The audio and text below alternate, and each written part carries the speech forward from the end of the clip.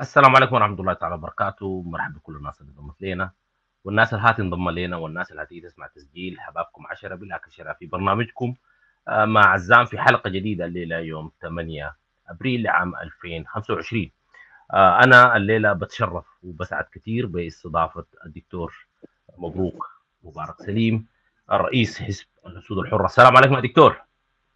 أهلا وسهلا حبابك دكتور عزام، وأنا سعيد جدا بأن أكون معك في هذه الحلقة وأعبرك وأحيي كل متابعينك وأهني الشعب السوداني والمسلمين عامة بعيد الفطر المبارك، وأسأل الله سبحانه وتعالى أن تكون هذه آخر الحروب في بلادنا وأن يعم السلام، ونترحم على كل أرواح الشهداء من الطرفين عسكريين أو مدنيين، والمفقودين نسأل الله لهم العودة، والجرحى نسأل الله لهم الشفاء.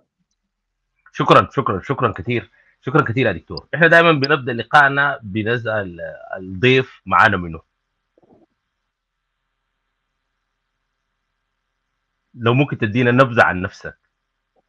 مبروك مبارك سليم،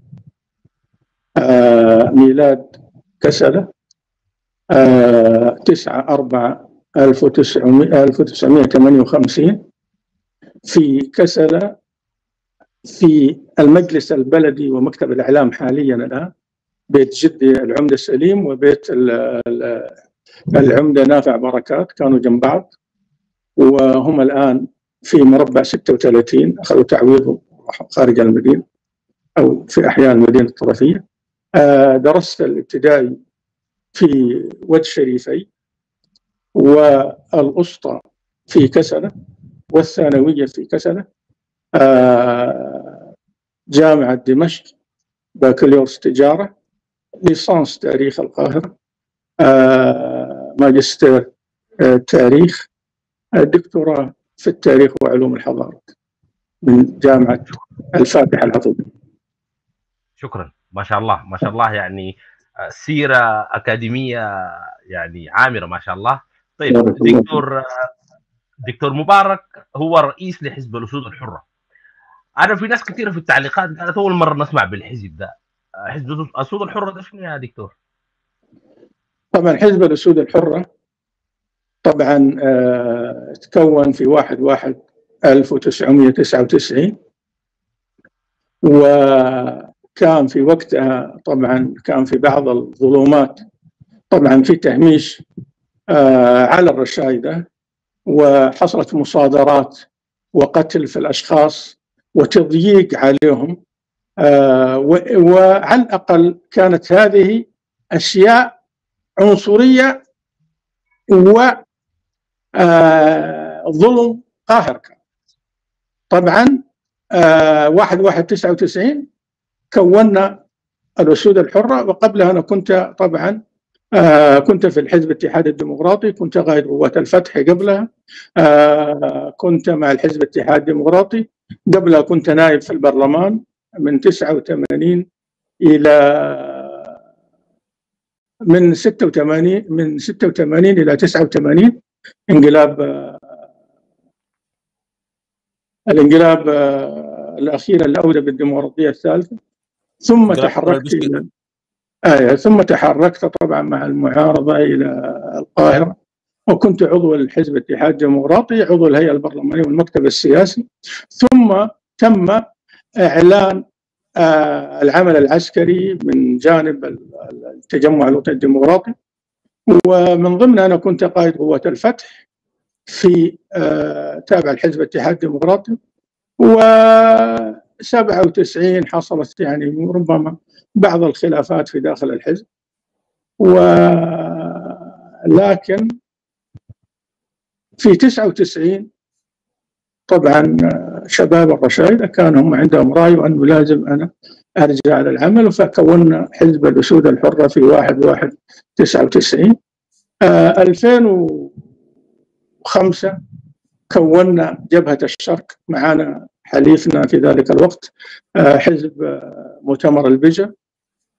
ثم دخلنا في المفاوضات طبعا في نيفاشة، احنا ما مشينا في نيفاشة وما مشينا مع القاهرة في التجمع، وكانت هنالك اتفاقية 2006 في أكتوبر، اتفاقية شرق السودان، وهي طبعا شخصت داء شرق السودان عامة، تهميش سياسي وثقافي واقتصادي وفي السلطة،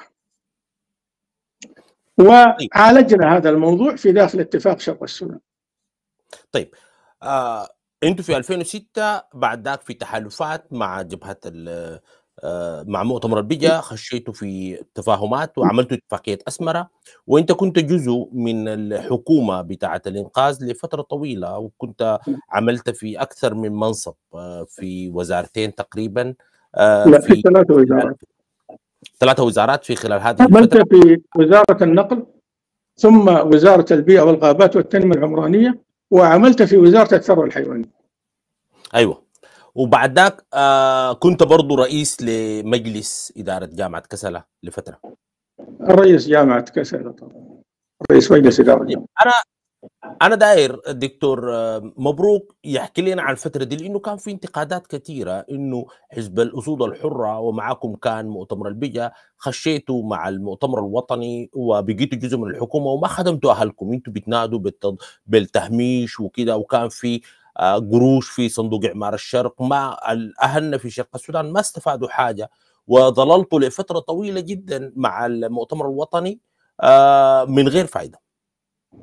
والله بالعكس، احنا شوف، احنا ما قدمناه يعني احنا راضين عنه، واحنا المؤتمر الوطني طبعا كنا شركاء معه بموجب اتفاقية شرق السودان، وكان في اللجنة العليا، و يمكن احنا قدرنا نجيب للسودان عامة ولشرق السودان أموال من الخليج، وفتحنا صناديق الخليج اللي كانت موقفة. يعني يمكن في زيارتي ممكن تطلع عليها في من تقرير وزارة الخارجية إلى الكويت، جبنا منها 50 مليون دولار لسد مرم، وكان في حظر، و218 مليون لتعلية خزان الرصيرس، مليار وكسر في تعلية خزان نهر عطبر وسيتيت. جبنا 200 مليون للطرق في شرق السودان، جبنا 200 مليون للكهرباء.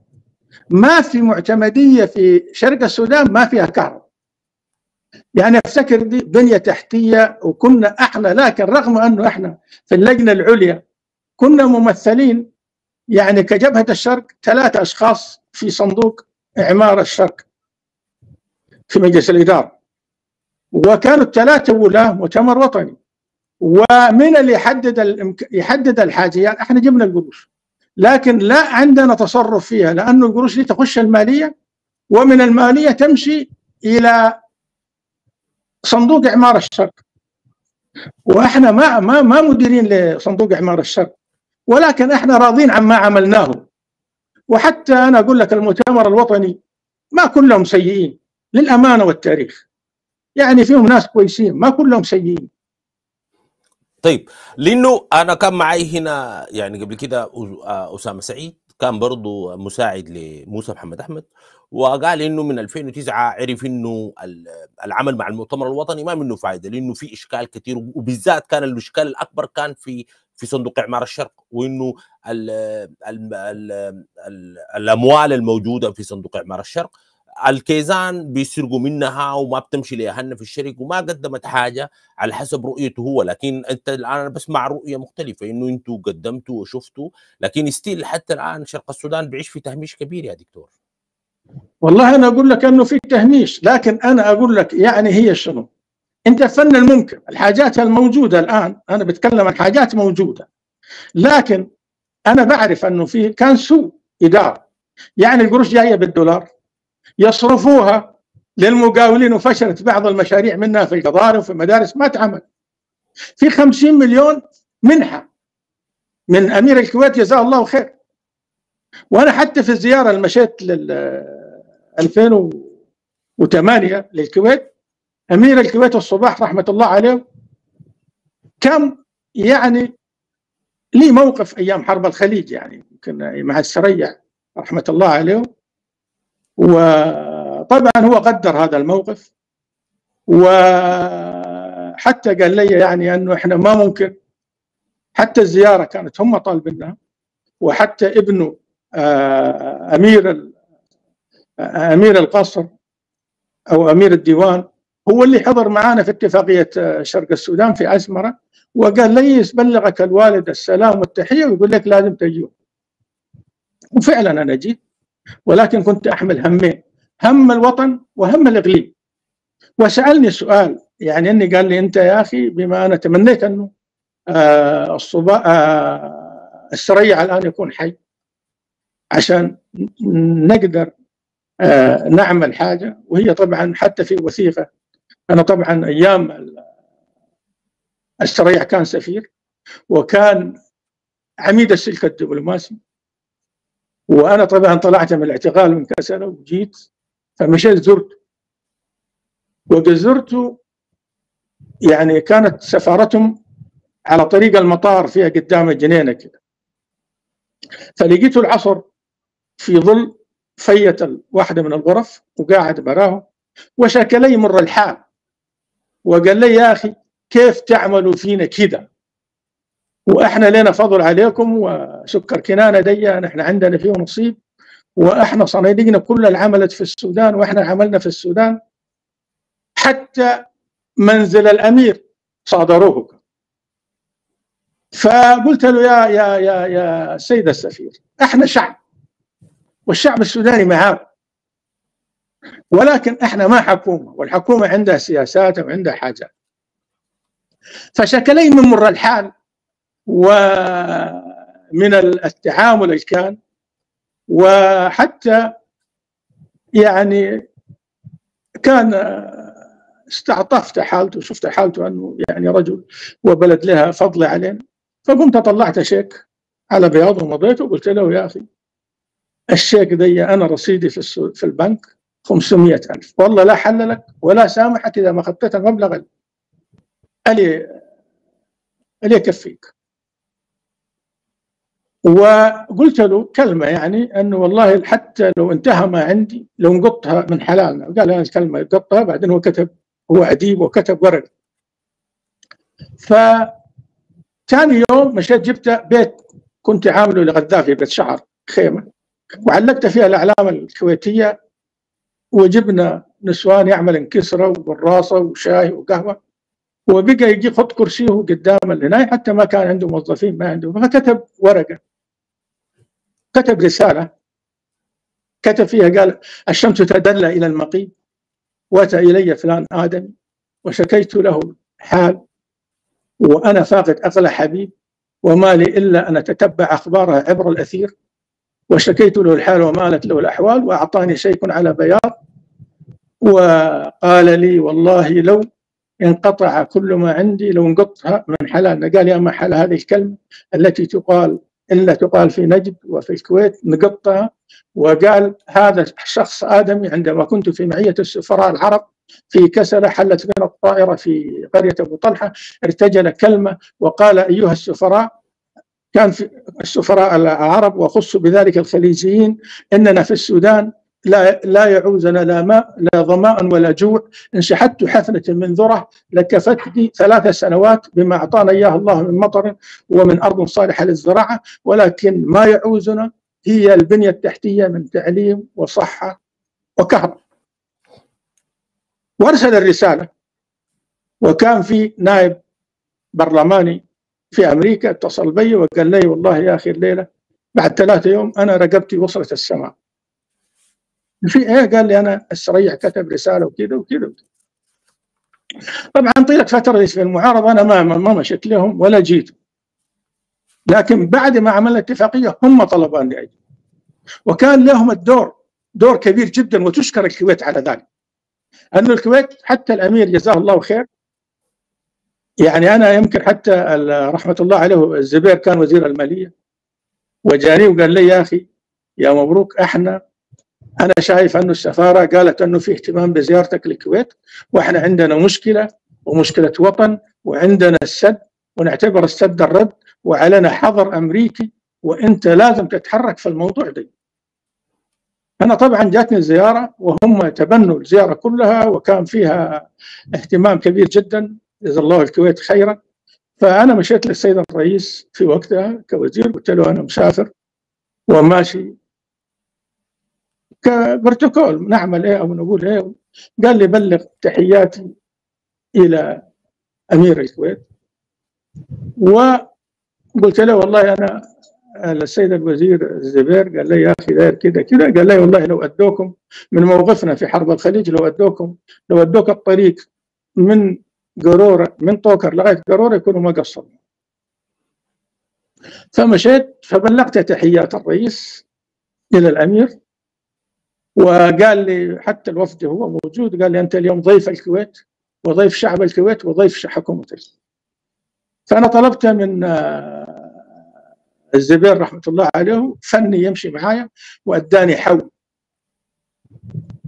فأول ما قلت له أنا، قال لي عايزين إيه؟ قلت له يا طويل العمر طبعا كان مستاء من الحكومة ووضع الحكومة، فقلت له يا أخي اليد العليا خير من اليد السفلى، فأنا جيناك الآن وسد مروي هو لكل السودانيين ويستفيدوا منه كل السودانيين، فإحنا علينا حظر أمريكي وإحنا عاوزين 50 مليون دولار. قال تم، حتى حولي وقف على حيل.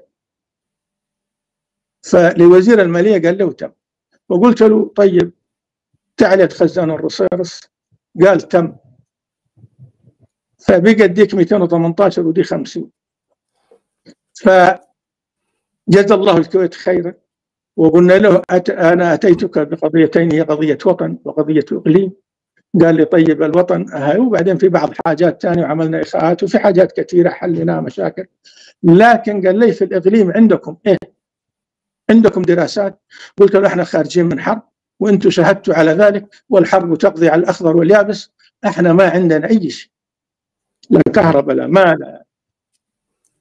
فقال أنا أتكفل بأن أقيم مؤتمر وادعو له المانحين، والحكومة لازم تدفع فيه.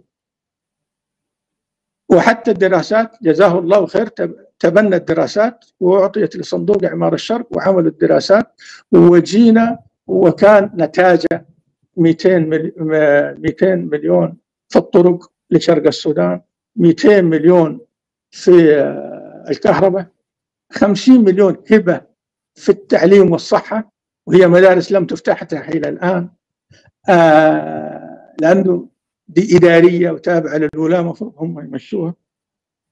10 مليون هبة وديناها في حلفة، لأنه المواسير بتاعتهم كانت من الاسبستس وتسبب سرطان، ودي كان طبعا عملوها في مشروع حلفة المصريين طبعا تبع نيابة سدا عن السد العالي، فكان ملوحظة دراسات أن هنالك سرطان وفي كذا، فرأينا أنه تغير في حلفة.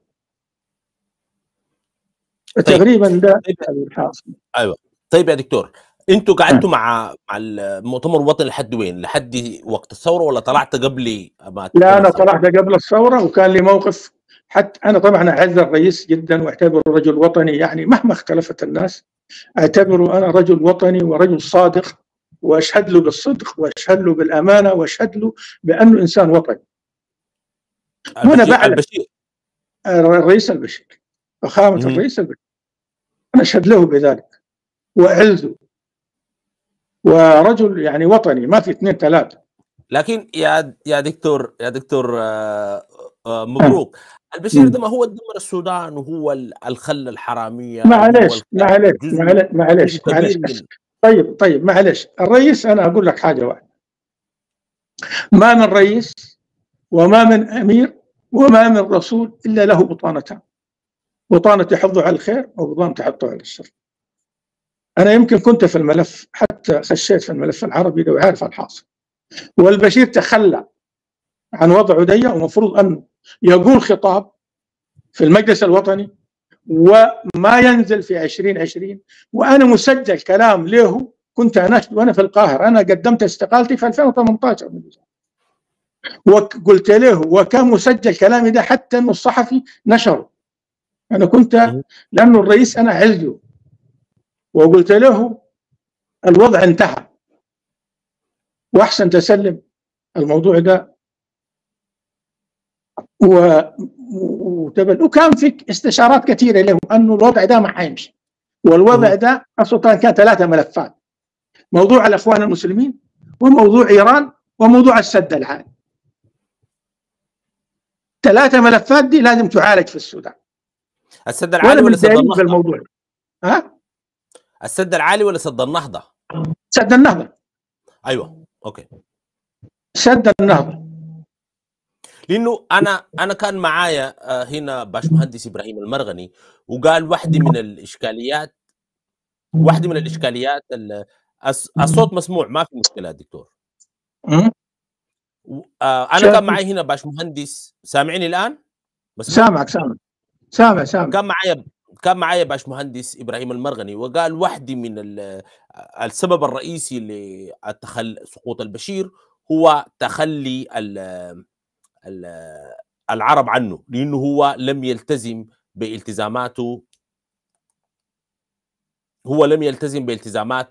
مع العرب. طيب ممكن يا دكتور نطلع فاصل، صلح الكاميرا واعمل التليفون سايلنت لو سمحت. صلحت الكاميرا، صلحت.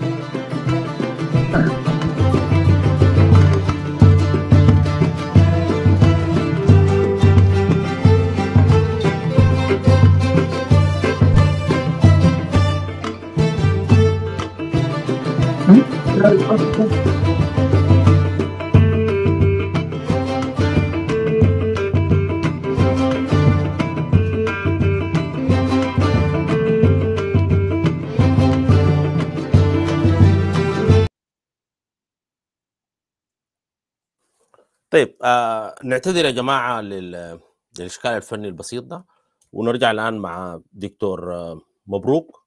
سامعني يا دكتور مبروك؟ نعم. طيب قلت انه كان معاي هنا باشمهندس ابراهيم المرغني، وهو كان موجود في الحكومه لحد سقوطه في 2019، وقال انه السبب الرئيسي او واحد من الاسباب الرئيسيه انه البشير لم يوفي بالتزاماته لدول الخليج، لانه كان في التزامات زي ما انت قلت، الملف الايراني والملف بتاع الاخوان المسلمين، والبشير كان بيتلاعب على الاخرين وكان بيوعد باشياء وما بيلتزم بها، ودي واحده من الحاجات اللي خلت انه الدول بالذات العربيه تتخلى عنه. دي الحاجه اللي خلته يسقط في النهايه ويحدث الحدث في 2019. والله هي طبعا ملفات شائكه. يعني انا اقول لك حاجه واحده، يعني يمكن سد النهضه يعتبر هو من مياه النيل، هي امن قومي عربي، ولكن تمت عده اجتماعات، وسد النهضه هو يمكن يكون في الصالح من ناحيه فنيه. اول حاجه المنطقه دي الناس اللي بيعرفوها تضاريسها غير صالحه للزراعه وهو للكهرباء، وهو بيخلصنا من مشكله بتاع الطمي وبالنسبة للسودان ما في أي مشكلة، واتضح الآن أنه هو تعبى وما في مشكلة لمصر كمان، ولكن كان في لغط كثير جدا، وقد تكون هي سياسية وأشياء ثانية، ولكن سد النهضة أنا بالنسبة لي وما اطلعت عليه من أشياء فنية، لأنه أنا نوقش هذا الموضوع، وتكونت لجنة ثلاثية فيها مصر وفيها السودان وفيها اثيوبيا، وأنا كنت متابع الموضوع دي بحتة ما، ولكن أنا أفتكر أنه سد النهضة السودان يستفيد منه، ما في ضرر عليه ولا حتى مصر، لأنه أنت حتى السد العالي الآن أنت ما لطم يعني هو في مصلحتهم يعني على الأقل. أيوة. لكن ما عارف. طيب أسباب خروج دكتور مبروك شنو من حكومة الإنغاز؟ أنت كنت طلعت في 2018. أيوة طبعا احنا كان عندنا عندنا اتفاق مع المؤتمر الوطني، ولم يفي المؤتمر الوطني باتفاقه معنا حتى في السلطة في حاجات، فسببت موضوع استقالتي كذا، وحتى أنا الرئيس طبعا أنا أقول لك أعزه يعني، والله العظيم أنا قلت له الموضوع ده وأنا بعرف أنه الفريق صلاح قوش وصاه، يعني قال لي الكلام ده، وجيت ابن عوف وصلاح من القاهرة بالكلام وبلغوه بالكلام ده، وهو مفروض على الأقل يبطي بالموضوع ده ويقول أنا ما داير 2020، وكان حتى المؤتمر الوطني كان حيفوز، لكن الاستعجال على السلطة دي المشكلة. طيب بعدك جات الثورة، وموقف حزب الأسود الحرة من الثورة كان شنو؟ أنا طبعا كنت واضح، أنا أيدت الثورة وقلت أنا معاهم في تسقط، لكن لا خلونا نعرف كيف تسقط كيف. وأنا كل أولادنا كانوا موجودين، شبابنا موجودين في الاعتصام، وحتى احنا دعمنا الاعتصام، احنا مع الثورة يعني ما في 2 3، احنا مع الثورة كلنا. لما كان في لغط. اتفضل. نعم تفضل. لا انا ما بقول لك انه كان في لغط، انه القبيله الرشايده كانوا منقسمين، وغالبيه الرشايده كانوا بيدعموا في المؤتمر الوطني في الفتره دي. انا شوف انا ما بتكلم عن قبيله، انا اتكلم عن حزب الاسود الحره. صحيح فيه رشايده، لكن حزب الاسود الحره الان فيه غير رشايده، واحنا عملنا مؤتمرنا في كل ولايات السودان، وبمؤتمر في كل ولاية السودان. الآن عندنا في غرب السودان، عندنا في دارفور، عندنا في كردفان، عندنا في الشمالية، عندنا في الوسط، عندنا في الجزيرة، عندنا ما في حتة احنا ما عندنا فيها كحزب.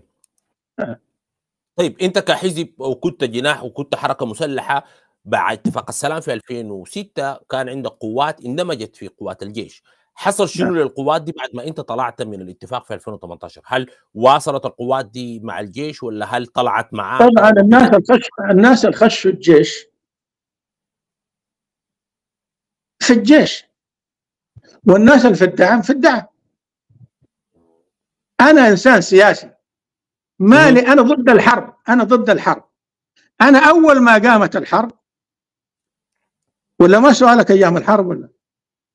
لا انا سؤالي في 2018 انت ما قبل لما مشيت اسمره كان عندك قوات. عندي الناس عندنا ناس ما تسرح، عندنا ناس تم دمجهم، وفي ناس ما تسرحوا، عندنا حوالي 1000 ما تسرح، ما في حد لا دمجهم ولا سرحهم، في مشوا DDR واكلوا قروشهم، ودي معروفه يعني. في DDR سرقها واحد ربنا يعدل علينا وعليه، سرق قروشهم وفات بها، ودي معروفه، قضيه معروفه. الشرق السودان احنا ومؤتمر البيجا، ما الناس المفروض يسرحوهم ما سرحوهم، حتى القروش بتاعت الامم المتحده جات اتلهفت، ودي بقت مشكله حتى عندنا في الترتيبات الامنيه ما انتهت الى الان. من 2006 الى الان ما انتهت. اما الناس اتدخلوا اول حاجه نترحم على اللي استشهدوا مع الدعم السريع ومع الجيش، دي كلها قوات نظاميه. انا في نظري انا بعتبر انه الدعم السريع قوه نظاميه بقانون، والجيش جايك يا دكتور، احنا ماشيين شويه. طيب قامت الثوره وسقط البشير، وكان دكتور مبروك وحزب الاسود الحره عنده مواقف كده كان على انتقادات كثيره، لانه انت كنت بتطلع بتنتقد الحكومه انتقادات كثيره في البدايه، ورفضت اتفاق جوبا وتمسكت باتفاق أسمرة اللي كان مع المؤتمر الوطني. نعم. مش أنا، شوف صلي على رسول الله، اتفاق أسمرة ده احنا اللي عملناه، مش المؤتمر الوطني كان بيمثل الحكومة في ذلك الوقت، واحنا كنا بنمثل المعارضة. التفاوض هو مش إملاء شروط الغالب على المغلوب، ولا هو شهادة من حد أنه أشهد. احنا وصلنا إلى حاجة أنه في قضية أساسية وفي ظلم ولا بد من معالجته. جينا شخصنا شرق السودان قضيته إيه؟ هي تهميش سياسي ثقافي اجتماعي، بدأنا نعالج في ذلك.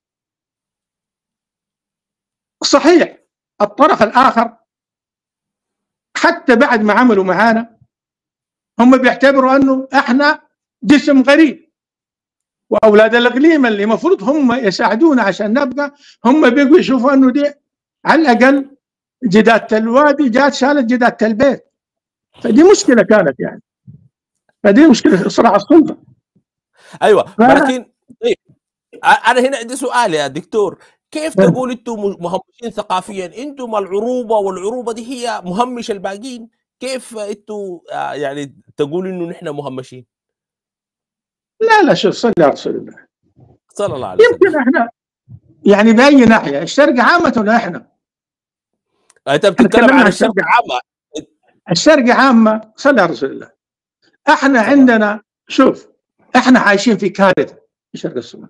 انت تعرف انه التعدين بعد يعني يوم في 20 مفروض ما يكون في اي ذرة بتاعة زئبق في شرق السودان.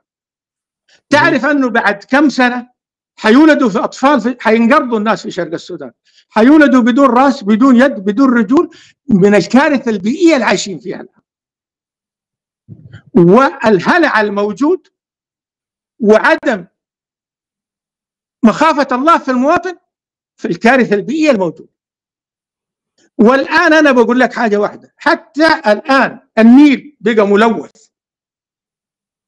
الآن دار مالي، شوف دار مالي القوات المسلحة عاملة هناك، عاملة حيضان وحامياها القوات المسلحة، ودي كارثة.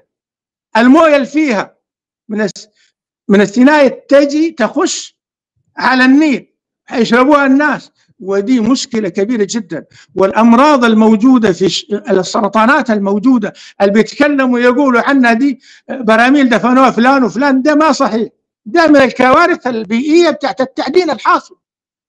طيب أنا كيف شرق السودان منتهي؟ شرق السودان فيه السل الرئوي، فيه أنت تعرف أنه المرأة بتلد في شرق السودان على 35% دمها، دي معناها شنو من الناحية الطبية؟ الأمراض المستوطنة في شرق السودان، الأمية الموجودة في شرق السودان، شرق السودان أضعف من يكون. شرق السودان ما مشترك في سلطة الآن، يعني مما قامت مما مشوا لغاية الآن إيه اشتراك شرق السودان في السلطة وفي الثروة، إيه لا في الثروة لا في السلطة. طيب ما هو ده الكلام هنا، لما جاء ويتعمل مسار مخصص لشرق السودان في اتفاق جوبا انت رفضت، قلت لا ما المفروض يكون في اتفاق، وكنت مع الناس ضد اتفاق جوبا ومشيت اتحالفت مع الناظر ترك ورفضت اتفاق جوبا. طيب صلى على رسول الله صلى الله عليه وسلم. اتفاق جوبا احنا بمنطق كنا ضده، مش ساكت عشان انه حاجه ضده. اول شيء احنا نعرف انه جنازه ما حيقول لها محل يدفنوها لانه يخلق مشكله، وتكلمنا عن ذلك. وانا والله العظيم اقول لك حاجه، اصدق زول كان في جوبا من الحكومه المشهد جمال رحمه الله عليه وزير الدفاع كان. ده رجل وطني ورجل صادق ورجل كان عارف الامور. ده انا اشهد له بانه يعني على الاقل اتفق معانا في انه في دي حتحصل مشكله، حتحصل حاجه، احنا عارفين حتحصل مشكله وحصلت مشكله فعلا. احنا مش عندنا مش يعني هي ما جابت حاجه، هم نقلوا في اتفاق شرق السودان رجع عليها، نقلوا في شرق السودان وجابوه. وحتى طيب. الالتزام بتاع حكومه السودان على صندوق اعمار الشرق هي 600 مليون دولار وما دفعوها، وقالوا حيدفعوا لهم 300 منها. يعني ده لعب على الدقون، يعني دي ما كانت اتفاقيه احنا عارفينها. وترك كان طبعا هو ضد الموضوع ده لانه فيه مشكله، والمشكله ذاتها احنا مش يعني احنا ما دارين مشكله، يعني احنا ما دارين مشكله في شرق السودان، ما دارين مشكله اجتماعيه، هي تحولت من بدقيقه دكتور، انتوا اعتراضاتكم شنو على اتفاق شرق السودان في نقاط؟ لانه انت الكلام اللي بتقوله بتعمل مشكله اجتماعيه، المشكله شنو؟ في ناس هنا ما فاهمه اي حاجه، ما بتعرف عن شرق السودان اي حاجه. طيب. المشكله في جوبا، انا اتفاق جوبا. ايوه. اولا طيب شرق السودان دي كانت في قوه حملت السلاح، وانت الى الان عندك مسرحين ما سرحتهم. ودي اتفاقيه مشهود عليها دوليا، ووثيقتك الدستوريه بتقول ملتزمه الثوره ملتزمه بكل اتفاقيات. كيف تجيب اتفاقيه ثانيه؟ ده يتعارض مع الدستور، ده يتعارض مع الوثيقه الدستوريه. وقد جاء الحركات معانا قاموا حولوا الموضوع ده، غيروا الموضوع ده. طيب هي خرق دستوري، هي انت ما تقدر تلغي اتفاقيه ما انتهت الى الان، بنودها ما انتهت، ترتيبات الامنيه ما انتهت، صندوق اعمار الشرق ما انتهى. انت كيف تلغيها وتجيب اتفاقيه ثانيه؟ والاتفاقيه الثانيه دي جات من منو؟ يعني ناسنا الجو او جماعتنا الجو قعدنا معاهم احنا هناك وقلنا لهم يا اخواننا احنا خلونا نقعد. وتكلمت مع الهادي ادريس، وتكلمت مع كلهم، مع دكتور جبريل، ونعرف الناس دي من اريتريا احنا عارفينهم، وتكلمنا معهم انه دي تخلق مشكله، فتخلق مشكله فوقفوا الموضوع ده. واتفقنا معهم انه يعملوا مؤتمر في شرق السودان بعدين يوقعوا ونتفق، احنا ما عندنا مشكله. هم رفضوا ذلك وما عملوا دي، وبقت المشكله مشكله اجتماعيه.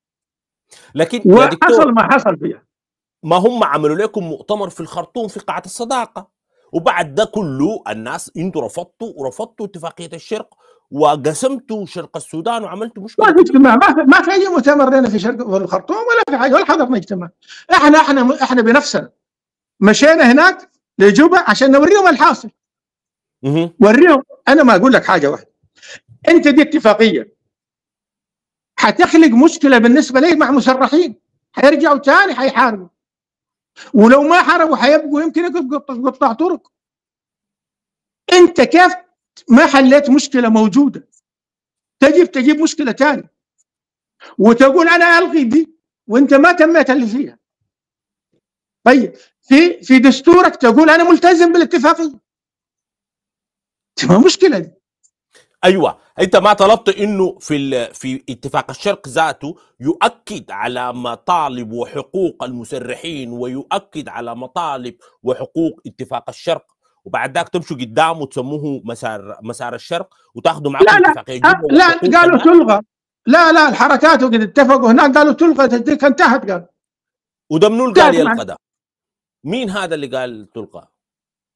شوف في الجبهه الثوريه، حاجه اسمها الجبهه الثوريه، الجماعه دي كلهم مني وهناي ولا هادي ادريس واحنا تقدمنا رسميا لجبهه الشرق انه نخش في الاتفاقيه دي. رفضوا عشان يوزعوا المناصب بيناتهم. احنا مش قصه مناصب، احنا قلنا لهم ما دارين مناصب، احنا ما دارين نخلق مشكله. لكن هم كانوا يفكروا انهم هم يجوا في بعد انتخابات حيجوا قوه ماسكه في بعض ومتمسكين في بعض، ولكن هم الان ما قدروا يتموا المشروع. تفرتكت الحكايه وبقت الحكايه كلها هجوم انتهت والدنيا انتهت، والان بقت حاجات ثانيه. طيب برضو دكتور مبروك كان عنده راي سلبي في لجنه ازاله التمكين. نعم، في لجنه ازاله التمكين. لا شوف، انا ما عندي راي سلبي فيهم، لانه اذا هم مشوا بالقانون ما عندي راي سلبي فيه. احنا طبعا نعرف انه في ظلمات وفي حاجات، لكن لازم ان توخي الحقيقه والقانون في ذلك. انا ما كان عندي معهم. طيب بعد ذاك برضو علاقه الدكتور مبروك مع تيرك، بالرغم من انهم كانوا متفقين في الموقف من اتفاق جوبا، لكن ما كانت علاقه جيده خلينا نقول، ودي واحده من الحاجات برضو اللي اثرت في ملف الشرك. لا، اول حاجه ترك زعيم واحنا نحترم زعمائنا، وترك ده يقعد في الرقبه يفكوها له. فترك احنا تقدير الاجتماعي حقه وتقدير انه قائد وانه زولنا ما بنفرط فيه، وله وقع الاحترام والتقدير من ابوانه وجدوده، يعني ده ناظر. في النهايه احنا بنحترمه ونقدره في الاداره الاهليه وفي وضعه وفي كذا، حتى في السياسه بتكون احنا حتى مع ترك ما كنا ضد الحريه والتغيير. احنا كنا بنعتبر انه حتى مثلا الحريه والتغيير قد يعوزهم التجربه السياسيه، ولكن هم وطنيين، ده ما اخذنا عليهم. اوكي طيب، برضو كان في كلام كثير عن موقف دكتور مبروك في الاحداث اللي حصلت في شرق السودان، بالذات في كسرى، الاحداث القبليه، وانه انت ما لعبت فيها، انت زول ما شاء الله يعني عندك نفوذك وعندك كلمتك على الناس، لكن انت ما لعبت فيها دور ايجابي واكتفيت بمواقف سلبيه. لا ما صحيح. اول حاجه انا اسال الناس اللي كانوا في الكوبري قبل العيد، انا اللي جيت مع ترك وجبته وفكناهم، وانا اللي مشيت مع ترك لغايه العقبه وفكناها. لا انا شوف، حتى ترك وقد جاء خاشي كسل، انا كنت اقول له ما تخش، لانه طبعا في غلطات امنيه كانت حصل ضرب على هنا البني عامر من غوات، وحصل انه يا ترك ما تخش، وهم خشوا باذن من اللجنه الامنيه. في غلطات كثيره حصلت، لكن انا اقول لك حاجه واحده، انا حريص جدا. اول حاجه البني عامر دي الاخوان يعني، وانا حريص جدا انه ما تجيهم اذيه، وحريص جدا حتى المشكله انه في صالح عمار، انا كنت اقول انه ده حاضنته السياسيه الحريه والتغيير، مش حاضنته البني عامر يعني، فنفرق بين ده وبين ذاك يعني. حتى بالنسبه للناظر ترك، كنا بنرى انه الناظر ترك انه حتى ما يكون العداء مع بينه وبين التكوينات الاجتماعيه، لازم نفرز ديه وديه، وهو رجل عاقل يعني، ما نساق وراء الاشياء دي، والحمد لله الامور هسه انتهت، وهم الان ان شاء الله يوصلوا لعقد اجتماعي، وفي اخواننا موجودين هناك شغالين في الموضوع دي، اخونا موسى وترك نفسه والناظر دقلل وناظر احمد حميد، كلهم شغالين في انه العقد الاجتماعي في شرق السودان لازم يكون متماسك، واحنا مع تماسك العقد الاجتماعي لشرق السودان. ايوه، لكن يا دكتور التماسك العقد الاجتماعي فيه ارواح زهقت، وده كانت الشراره اللي استخدموها الفلول في انهم يدمروا الثوره، وكانت يعني اول شرخ يتخطى في الجدار بتاع الثوره كان شرق السودان، وكان استخدام القبيله وتحشيد الناظر ترك لقواعده القبليه ضد الثوره وضد الحكومه بتاعت الثوره، وقفلوا المينا ودخلوا البلاد في مأزق كبير. والله انا اقول لك حاجه واحده، اصله في اخطاء، لكن الخطا لا يعالج بخطا. الخطا لا يعالج بخطا. يعني احنا كنا حتى مع الحريه والتغيير كنا بنتكلم معه، ترك ناظر كويس، وما ما ما ما ما ما ما تخلوه يصل لحد، على الاقل خشوا معه في نقاش، خشوا معه في كلام. كون النظره الى رجل زي ترك، احنا كلنا نتعاطف مع ترك يعني. ففي غلطات حصلت من هنا ومن هناك، وانا اقول لك حاجه واحده، يمكن الحريه والتغيير وطنيين وصادقين، لكن كانت تعوزهم التجربه، لانهم شباب كثرهم جامعاتهم، ما حتى هم قد جو ما لموا الناس الكبار الحجايز عشان يوروهم الحاصل شنو، بعض الامور تتعالج كيف، لكن هي تجربه حصلت. اوكي طيب، يلا بعد ذاك في احداث شرق السودان دي ذاتها وحتى في احداث بور السودان كان حميدتي عنده دور كبير. بعد ذاك ظهرت كلام كثير عن علاقه الدكتور مبروك مع حميدتي وانه اصبح مايل اكثر للدعم السريع وكده. معرفتك بحميدتي كانت وين؟ 200 بالعكس لغايه ما قامت الحرب انا ما عندي علاقه مع حميدتي. ما قابلته خالص قبل الحرب؟ لا انا قابلته يوم قبل الهنايه بيوم انا كنت معه في بيته. قبل الحرب بليله كنت معه في بيته. اوكي طيب خلاص احنا هنجي الموضوع ده. طيب بعد ذاك حصل الانقلاب او المسار التصحيحي او هو ما مسار تصحيحي، هو انقلاب بكل ما تعني الكلمه. اوكي. وانا طلعت فيه بيان يوم 21 وقت عملوه، انا عملت فيه بيان وجاني مضوي عشان اوريك انه علاقتي ما كانت كويسه معه. جاني مضوي رحمه الله عليه استشهد في الحرب دي، اللي هو مضوي مسؤول الشرق. جاني في كسل وقال لي يا اخي حميدتي زعلان عنك. ليه؟ قال لي انت طلعت بيان. قلت له يا اخي ده احنا سياسيين وده راينا السياسي وده احنا مع الديمقراطيه واحنا عشاق الديمقراطيه ونحارب من اجل الديمقراطيه. احنا ضد اي نظام شمولي واي نظام عسكري، وده نظام عسكري نظام قهري ما بنقبل. والثوره اللي قامت دي عشان تغير الدكتاتوريات. لغايه ما جيت الخرطوم قلت له همشي اقابله، فجيت لقيته هو ذاته حرد ومشى دارفور. لكن انا كنت ماشي العمره، يعني يوم 16 المفروض انا حاجز ماشي العمره، والحرب قام يوم 15. وفي الليل انا جيت لموضوع معين وكنت معه وسالته سؤال. قلت له يا اخي انت وديت ناسك ده اللي برا ولا شو؟ ده ما قبل الحرب، ما خلينا لحد ما تجي الحرب. طيب. انا ما داير، لكن هسه ده موقفك من الانقلاب. طيب بعد الانقلاب حصلت احداث كثيره وجا الاطاري، انت موقفكم كحزب الاسود الحره من الاطاري كان شنو؟ احنا مع الاطاري. وقعتوا مع الاطاري برضه؟ احنا مع الاطاري. احنا نعتبر انه الاطاري ده حل والتحول ديمقراطي وعالج القضايا المسكوت عنها. الاتفاق الاطاري ده انا اقول لك حاجه واحده، انا كنت في كسل. انا طبعا وقعت كحزب، وقعنا على اتفاق على قانون المحامين او دستور المحامين.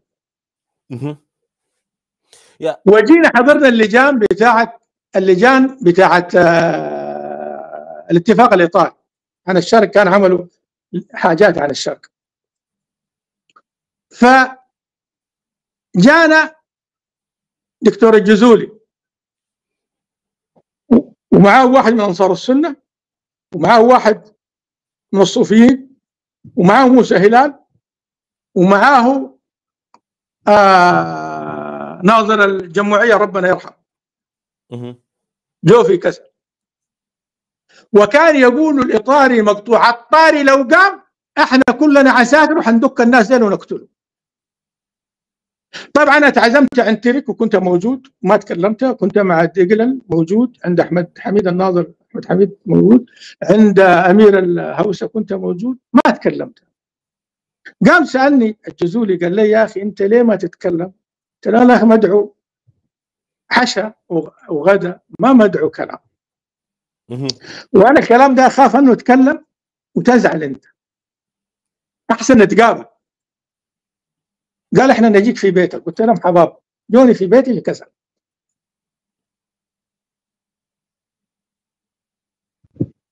قال لي انت وقعت على اتفاق الظلمه الكفر محامين وانت قاعد في اللجان بتاعت الاطاري. قلت له يا دكتور انا ما اقدر اناقشك قدام الناس. قالوا برنامجي مليان. قلت لهم خلاص تعالوا بكره فطور. جوني في البيت فطور. فقلت له يا دكتور انت دار تناقشني بناحيه دينيه ولا قانونيه ولا وطنيه؟ قلت له اذا بالدين انتم طالعين على الدين، قال لي كيف؟ قلت له الرسول صلى الله عليه وسلم قال من طلب الولاية نصرها الله عليه، ومن كلف بها نصره الله عليه. انتوا عملتوا انقلاب وما تنصرتوا، وهسه دي الشغله بتاعت 21 اكتوبر دي شلتوا فيها دي ما برضها ما نافعت، ده انقلاب. احسن تمسكوا في الاطار دي. والرسول صلى الله عليه وسلم قلت له من ناحيه اسلاميه في المدينه، وثيقه المدينه جاب المشركين والكفار واليهود والنصارى والمسلمين والغير مسلمين، حتى يقيل في بعض الاحيان الورقه اللي بيتكتب فيها بسم الله قالوا له ما تكتب بسم الله احنا ما متفقين معك. من رسول الله قال له ما تكتب احنا ما متفقين معك. فكتب الوثيقه دي الرسول صلى الله عليه وسلم. ليه؟ دي تعتبر دستور، احنا بنسميها كانها دستور لانه وثاق بين عده تناقضات. لانه في الفتره ديك كان هو طالع من مكه، هاجر من مكه للمدينه، وفي مكه وضعه ما كان كويس، فده استعمل الاسلوب بتاع الناس ادرى بحل مشاكل دنياهم، بشؤون دنياهم. ايوه. فالوثيقه دي انا اعتبرها حقت الكفار ديل، وانا بقيت معاهم. يا اخي سنتين انتوا اصبروا السنتين وخلوا خلوا الشعب يديكم، الشعب يفوضكم وربنا ينصركم، ما تمشي تسرقوها زي الدور الفات. فقال لي احسن كلامك ده ما قلته قدام الناس، وانت زول اصلك مع الناس ديل وما دار ترجع منه. يعني يا دكتور مبروك انت من زمان قحاط يعني. انا ما قحاط. انا ما قحاطي، انا زول داير الوطن ده يعيش في سلام وفي رفاهيه ويقبل من العالم، ما يبقى منبوذ. اوكي. وطن طيب ده بعد ده لا مفهوم. طبعا بعد ذاك حصلت التشادات وظهرت اشكاليات الحرب. دور دكتور مبروك كان شنو؟ ليه يا دكتور مبروك ما وقفتوا الحرب وكان يعني حفظتوا ارواح ناس كثيره، وعملتوا شنو انتوا عشان توقفوا الحرب؟ والله يصلي على رسول الله صلى الله عليه وسلم. انا داير اقول لك حاجه واحده. احنا اول بيان طلعناه احنا حزب السود الحر، وتلقاه بتاريخه، ويوم 15 ابريل، وبدأناه بالصوره قول الله سبحانه وتعالى: وإن طائفتان من المؤمنين اقتتلوا فأصلحوا بينهما فإن بغت إحداهما على الأخرى فقاتلوا التي تبقى حتى تفيء إلى أمر الله فإن فاءت فأصلحوا بينهم بالعدل واقصدوا إن الله يحب المقسطين. ده الفرض الإلهي. احنا مسلمين ونعرف الإسلام ونقدس الإسلام ونحتكم للإسلام.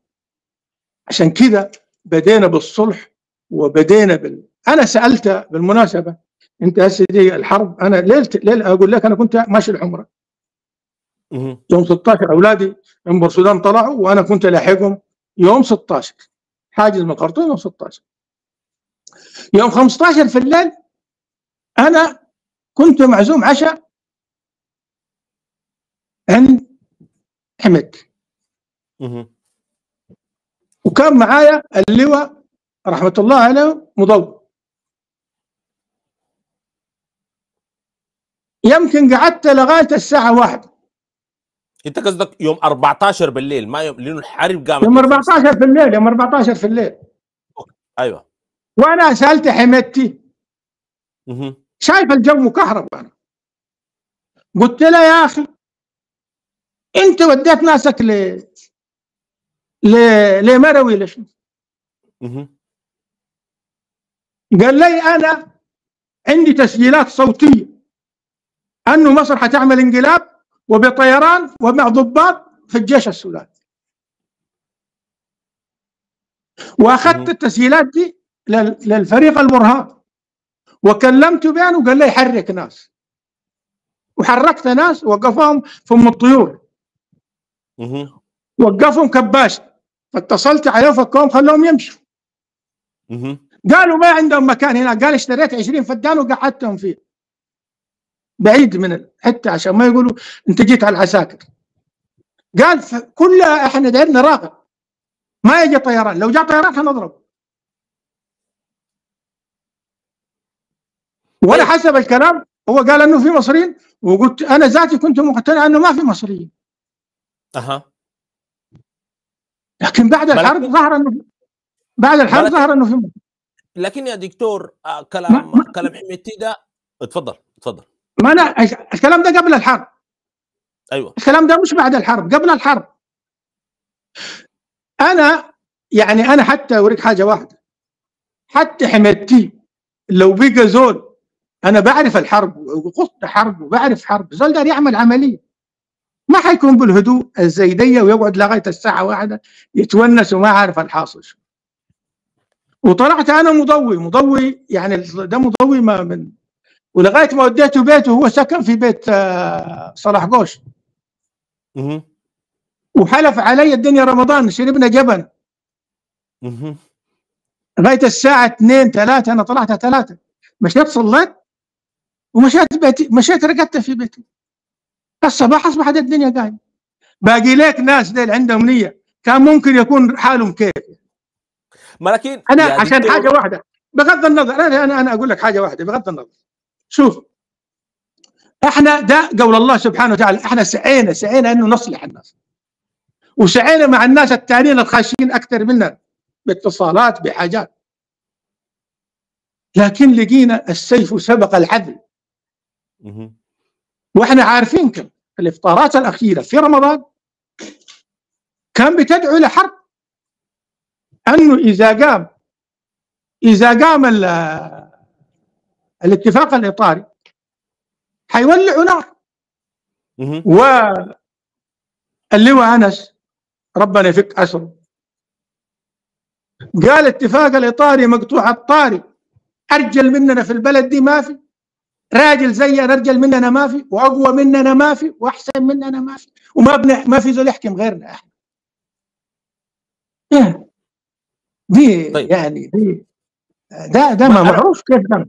ما انا فاهم يا دكتور. ما في روايه اخرى حميدتي ده لما مشى تقول لي انه البرهان قال لي ودي ناس لمروي، الجيش المؤسسه طلع بيان وقال انه القوات اتحركت من غير امر تحرك، وتحركت ضد رغبه القوات المسلحه، وطالبوهم بالرجوع وحميدتي رفض.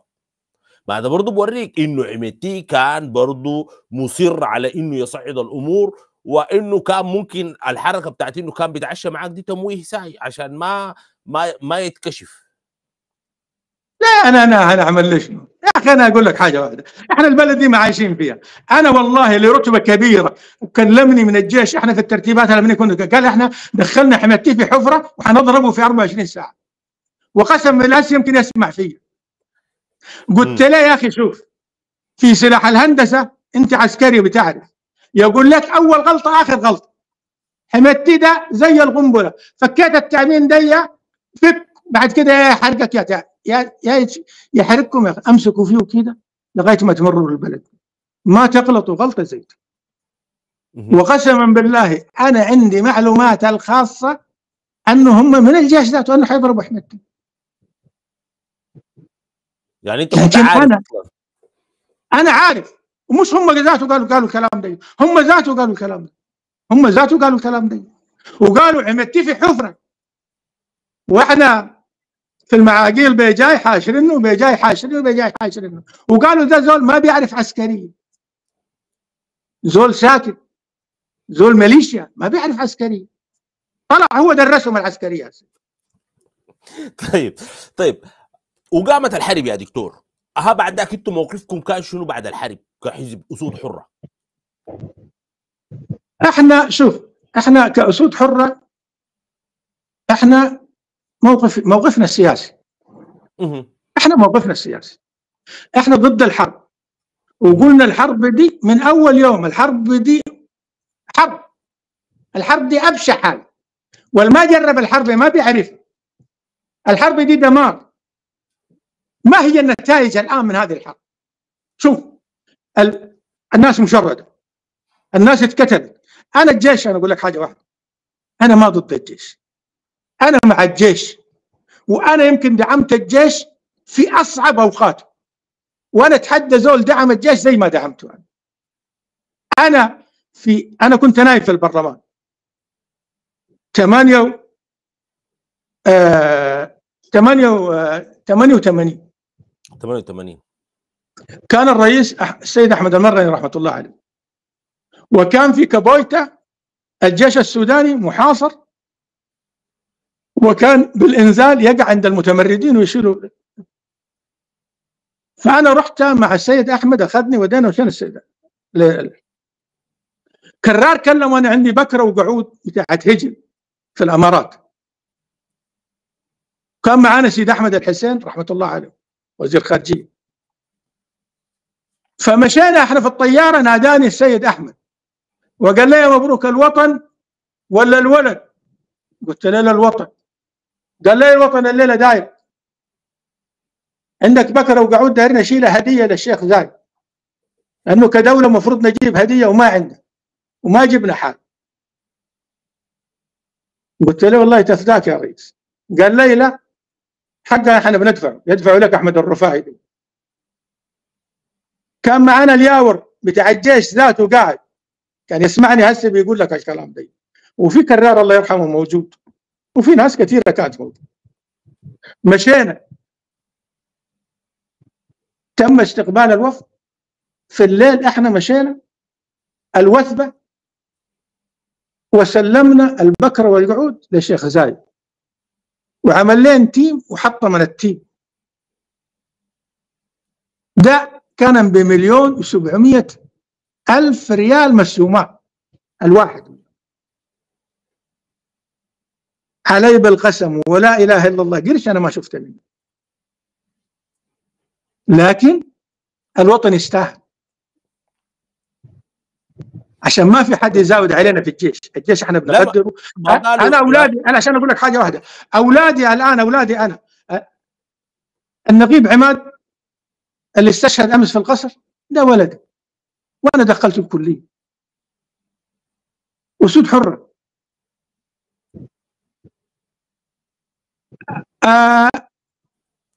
احمد مسعود اللي استشهد في القياده من الامن برضه ولدي. يعني في الجيش ما قلنا لهم اطلعوا من الجيش. طيب لا، ما برضه يا دكتور، ما برضه في ناس بتقول انه دكتور مبروك ده ما عنده مشكله مع الجيش، لانه الجيش صادر شركته بتاعت التعدين وعنده مشاكل. لا ما ده زول واحد الصادره، ما الجيش، زول واحد الصادر، وده حق خاص انا ما حتكلم فيه، لكن زول واحد وعارفه ويسمعني هو عارف. طيب. وانا عليه بالطلاق. جيت وقلت له ياخذ، انا والله حقي ما بيتاخذ بالوضوح، كان دايره علي بالطلاق الان بتنازل لك انت، ترك واقف وموسى واقف، لكن بالوضوح انا حق الرجال بجيبه، حقي ما بيشيله سوء. ويسمعني هسه، ما الجيش. اوكي الزول الشاله هو بيعرف نفسه. لا، ما انت عشان توضح ما ده الكلام اللي بيتقال يا دكتور، انت قول كلامك وعشان في انا ما شوف، انا بقول لك حاجه واحده، في فرق بين الجيش وفي فرق بين زول في الجيش. ايوه. الجيش ده انا بكنت كله تقدير، واعرف انه في ناس ضحايا في الجيش دي، في ناس انذلوا وانهانوا بسبب هذه الحرب، في ناس اتيتمت، في اطفال اتيتمت، في يا اخي ليه الحرب دي؟ دي دي حرب كرامه يا دكتور، كرامه الوطن. انت كيف تسمح لميليشيا بربريه انها تجي تذل الجيش وتذل مؤسسات الدوله؟ ما لازم انا بس اختلف معك في ميليشيا. انا كوزير والله العظيم، وارجع المضابط، اعترضت على قانون الدعم السريع، والرد علي ابن عوف قال احنا دايرين كده. قلت لك كيف جيش يبقى ما تابع وزير الدفاع؟ كيف يبقى تابع رئيس الجمهورية مباشرة؟ ده في القانون. طيب انا القانون ده قالوا لي احنا دايرين كده، وانا ما مقسم على الدستور ومشوه بالدستور، كيف اقول ميليشيا؟ ده يمكن اناقض نفسي واناقض ربي، دي ما ميليشيا، دي بقانون طلعوها بقانون، وقانون مكرر كمان. مجاز من مجلس الوزراء، مجاز من مجلس وطني، مجاز من رئيس جمهورية.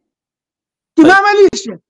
أي زول يقول ميليشيا هو غبي وما فاهم، ومع اعتذاري لك يعني ما ميليشيا هو. حتى الدول الآن لم تعترف بأنه ميليشيا، إلى الآن لم يسمى بالميليشيا غير دولة واحدة.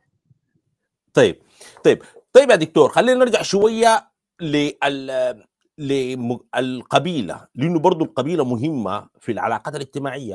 أنت موقفك ده عمل شرخ بالذات مع الناظر أحمد حميد، وقسمتوا القبيلة بتاعتكم لقسمين، لأنه في جزء الآن من القبيلة واقف مع الجيش، بينما أنت ماخذ موقف مختلف تماما. أنا عارفك أنت بتتكلم عن أصول حرة، لكن ما تنسى أنه أنت في النهاية في مكونات القبلية دي قاعدة معاك، وأنت ممكن تفرق الأخ مع أخوه. يعني أول حاجة الناظر أحمد حميد ولد عمي وفوق راسي،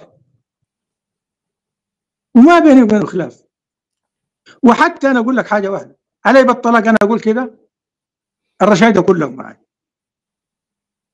لكن أنا ما زول حرب وما داير حرب، ما داير حرب. أنا ضد الحرب، أنا زول سياسي، أنا زول سياسي ضد الحرب.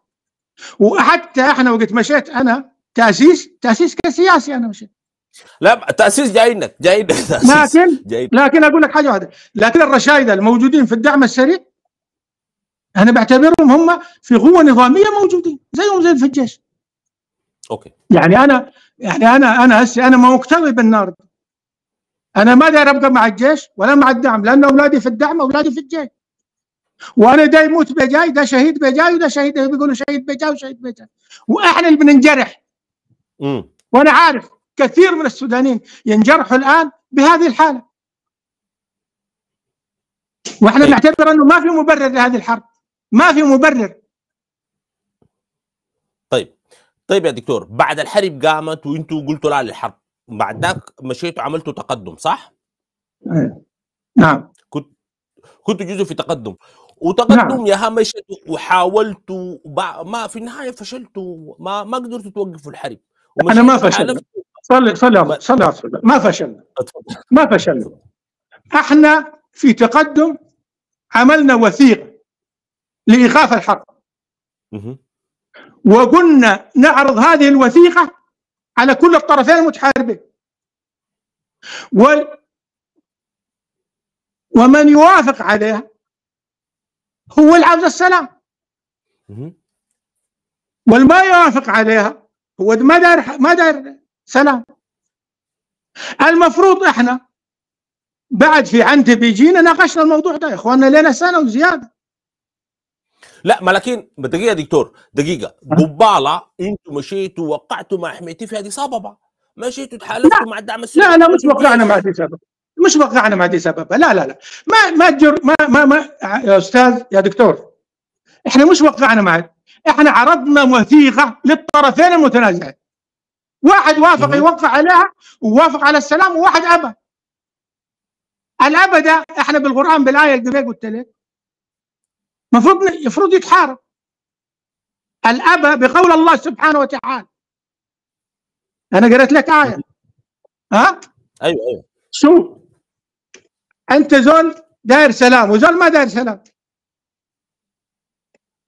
السلام اسم من اسماء الله، وانجرحوا للسلم فاجنح لها، ده امر. وان طائفتين من المؤمنين اقتتلوا فاصلحوا بينهم، ده امر. احنا مشينا بالامر الالهي في تقدم، رغم ان يقولوا علمانيين دول حراميه وما ما عندهم دين لكن احنا مشينا بما قال الله. كويس، الله قال كذا، لكن الناس اللي بيقولوا احنا مع الله هم ما ماشيين بامر الله. دي مشكله كمان. طيب يعني زول يقول لك انا متدين وما بيطبق شرع الله. طيب يا دكتور، انتوا برضو في تقدم مشيتوا اعتمدتوا على المجتمع الدولي، عديتوا عليه اديس ابابا وعن تيبي وشتم هاوس وما اعرف ماشيين الامارات وجايين ما اعرف في كينيا، وما ولا تكلمتوا مع الناس ولا خاطبتوهم ولا اقنعتوهم، لانه كيف انت دار توقف الحرب بالمجتمع الدولي؟ عايز تجي تعمل يعني شنو، تستقوى بالمجتمع يا اخي عليك الله. انا بس عليك الله داير اقول لك الامارات دي، شوف الشيخ زايد رحمه الله عليه، وانا قبل قلت لك قد ايه، والله العظيم وقسم بالله، قال للسيد احمد جاء الوفد العسكري السوداني واحنا كسياسيين جايين وقعدنا صف وقعد، الشيخ زايد قال يا الرب اللي في ورق اخواني السودانيين هذا ورق مطالبنا، قال ما هو موجود في مخازنكم ارفعوها الليل، واللي ما هو موجود على حسابي ارفعوه من اي بلد. ده الشيخ زايد رحمه الله عليه، ده الشيخ زايد قال الكلام دي، والسلاح ده ذاته البواخر وصلت الانقلاب بتاع 89 جا استلم السلاح ده. ده الشيخ زايد.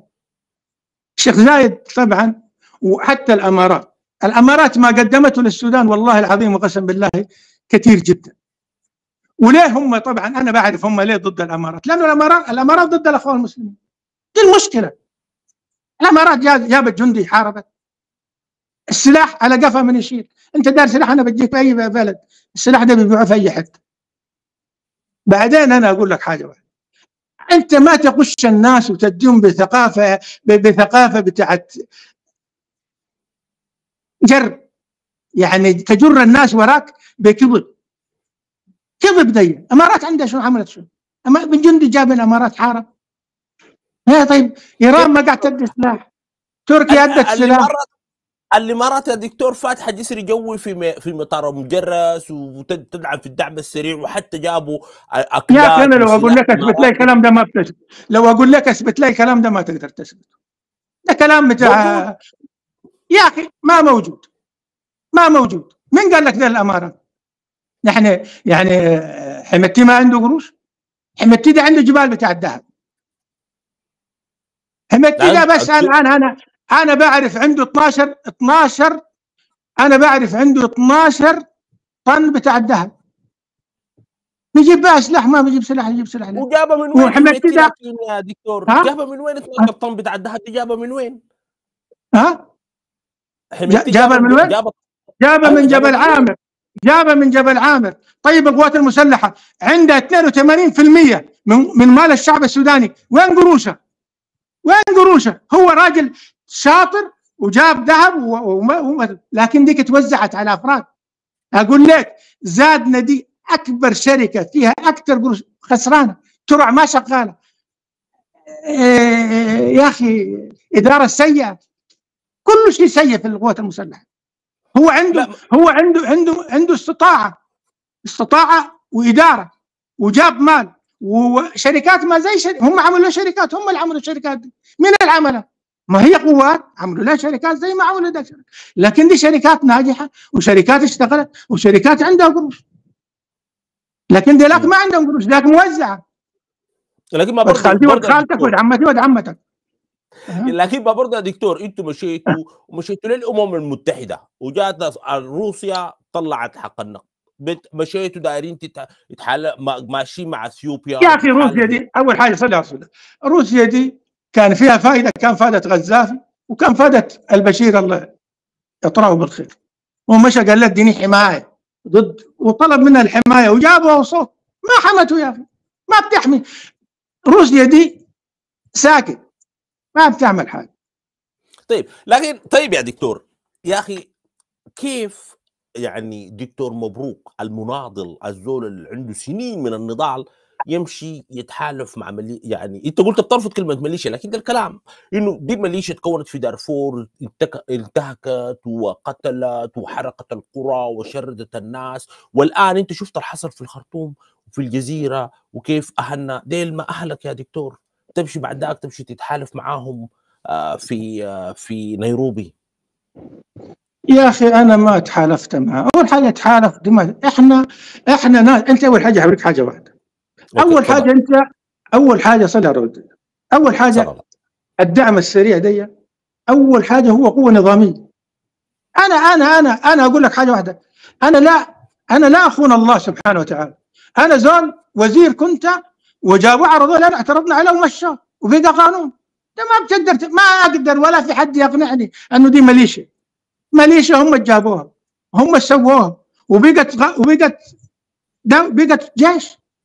طيب نفتكر في دي، احنا قعدنا معاه كتقدم وقلنا لهم شوفوا لو انتم دارين سلام احنا معاكم، لو ما دارين سلام احنا ما معاكم. قالوا جيبوا ورقكم وجيبوا ميثاقكم وجيبوا حاجه. ادينا الجيش نزلوا منه، ادينا هم وقعوا. الجيش رفض. الجيش رفض. مش الجيش كمان، الجيش كمان بالفسق اللي فيه يقول دال عامل محاكم لديل. يا اخي ده انسان بيشوف وطنه يحترق، يقول لك يا اخي وقف الحريقه دي. يعني يا سيدي انا اسالك سؤال، بالله انا اسالك سؤال، حمدوك ده ما زول وطني؟ عليك الله هو قوم الحرب دي؟ هو قوم الحرب دي؟ انا اسالك. لا. يا اخي عليك الله، شوف اعلام الفسيخ، اعلام الفسيخ اللي يعملوا من الفسيخ شربات، ده ما اعلام، ده اعلام مضل ده. طيب ما صحيح. لكن برضه يا دكتور الكلام ده خالد عمر وبابكر فيصل، انا كان معي هنا طه عثمان وخالد عمر وبابكر فيصل واسمه منو خالد عمر يوسف وجعفر حسن، الناس ديل مختلفين قالوا الكلام ده ما حصل، وانه انتوا مشيتوا شقيتوا وقعدتوا في اجتماعيات. كلام اللي ما حصل شنو؟ الكلام اللي ما حصل شنو؟ انه انتوا قررتوا انكم انتوا تمشوا تعملوا الاتفاق مع الدعم السريع، وهم رفضوا وقالوا لا نحن نقعد على الحياد، وده انحياز لاحد اطراف الحرب. دي رؤيتهم وده السبب. لا الكلام ما كده، الكلام ما كده. في تقدم احنا ناقشنا الموضوع ده من عده جهات وكونا لجنه لذلك. في ناس انا اقدر موقفهم. اول حاجه هم حواضن في الشمال، كويس ولا لا؟ لكن انا اقول لك حاجه واحده، انا والله الدعم السريع لو يقف، لو اعرف او عنده حاجه انه ضد الشمال احنا ما بنقف معه دقيقه. ما بنقف معه. طيب يا دكتور انت ما حواضنك ذاتها ما في الشمال وفي الشرق، كيف انت لا ما خلاص انا ما حواضني. طيب انا اقول لك انا من حواضن الشمال نفس القصه، صلي على رسول الله. لكن احنا ذاتنا اذا الدعم السريع داير يبقى بذاك احنا بنحاربه، ما بنقف معه في ظلم ولا نقف معه في باطل. وحتى احنا نقاشنا معه نجيبه للطريق الصحيح. احنا بنعتبر انه احنا هسه شوف، احنا بنعتبر انه الدعم السريع في وجهة نظرنا قوة نظامية بقانون زي الجيش ما هو بقانون. الجيش ذاته متأذي ومتألم من هذه الحرب، ما في 2 3. دي البشر ويحسوا بفقد بالمجرحين منهم، اللي استشهدوا، كل دي خسائر. الدمار اللي حصل بالنسبه للبنيه التحتيه بالنسبه للسودان. احنا في تقدم قعدنا وناقشنا الموضوع. اول حاجه احنا عشان تعرف حقيقه واحده، انا الكلام بتاع انه قال وقلنا الكلام، احنا رجال وفاهمين وعارفين وواضحين ووطنيين، وهذا الوطن في ذمتنا وفي اعناقنا امانه، والشعب ده امانه. احنا قعدنا ما في تقدم، دايرين سلام، دايرين ايقاف الحرب، وقعدنا وكتبنا مسوده، واللي يوقع معانا من الطرفين المتحاربين لازم يوقع معانا. طرف وقع معانا وطرف رفض. الجيش رافض، الدعم وقع وقال داير سلام. حتى لو جات 6 تسالي قال دايرين سلام، الدعم يقول لهم دايرين سلام، واحنا نشوفها بطريقه دينيه، وانجرحوا للسلم جنح لها، اقرب للدين هو. ثانيا الدعم وقد جينا في عنتبه، اجتمعنا في عنتبه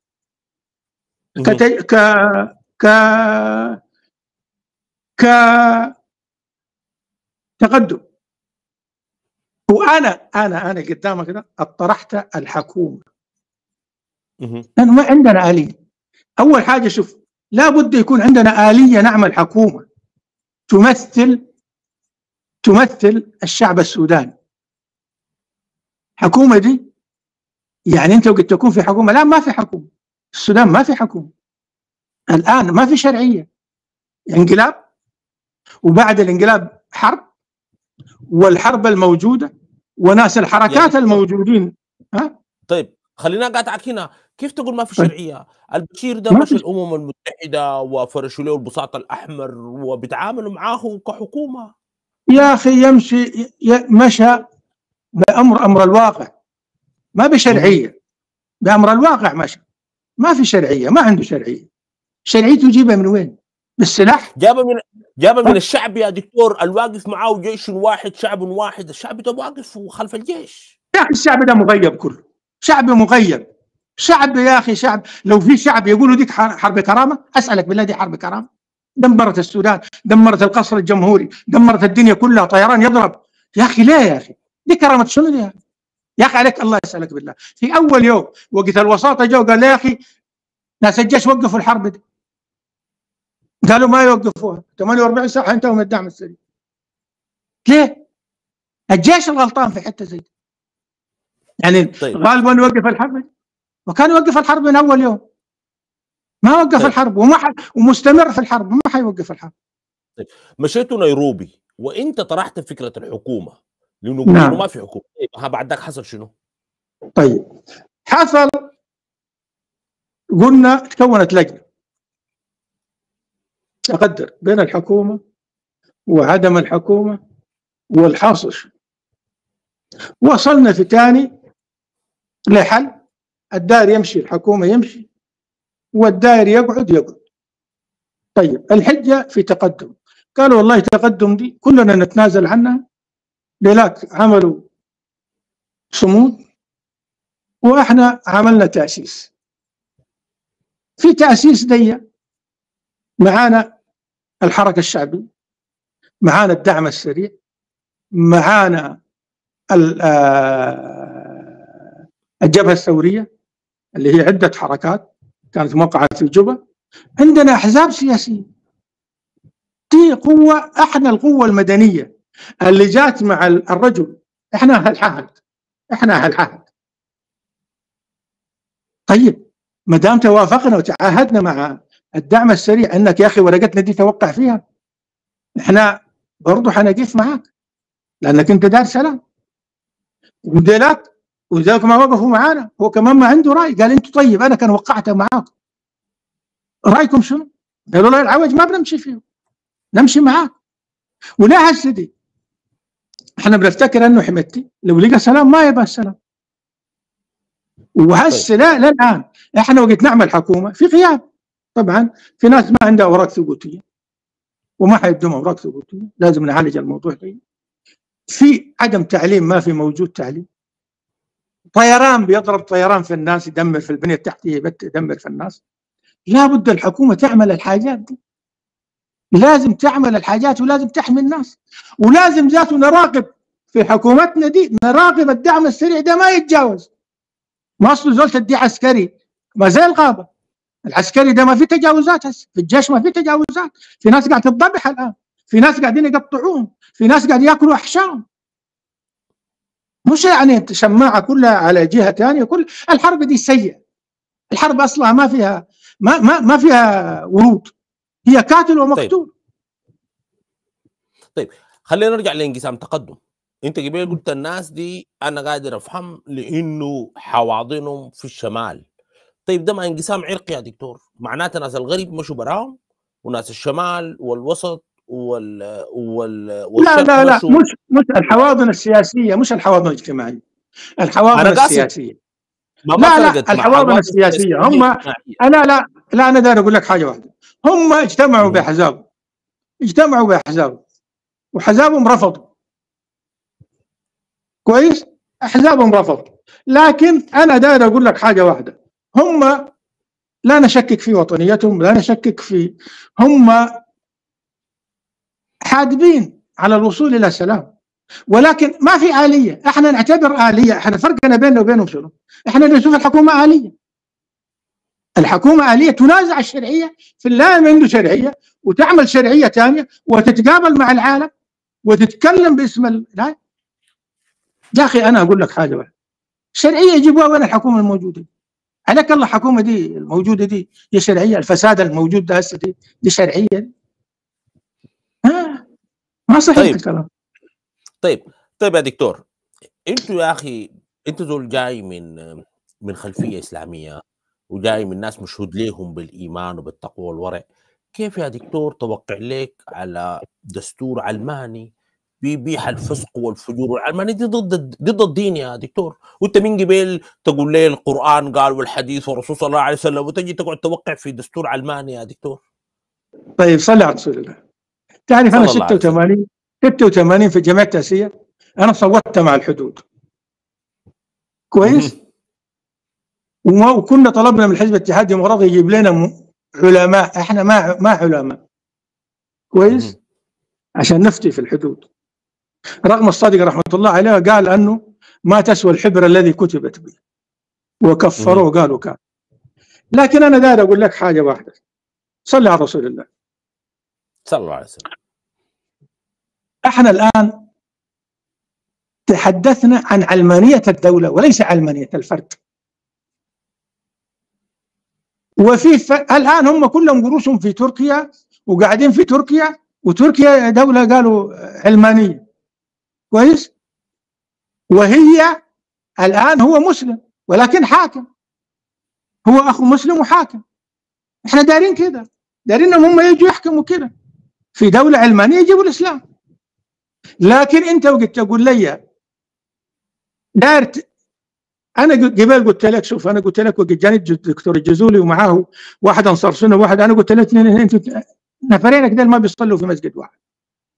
خلاف، في خلاف في الدين، خلاف في التشريعات، خلاف في حاجات، في ناس قرآنيين وفي ناس انهم راي في السنه، والدين ده ذاته في خلافات كثيره، في شيعه، في احنا الدين ده اول حاجه. شوف احنا تكلمنا عن علمانيه الدوله وليس علمانيه الفرد. شوف بعدين ممكن تغش ممكن بالاعلام ده يغش لهم زول ثاني.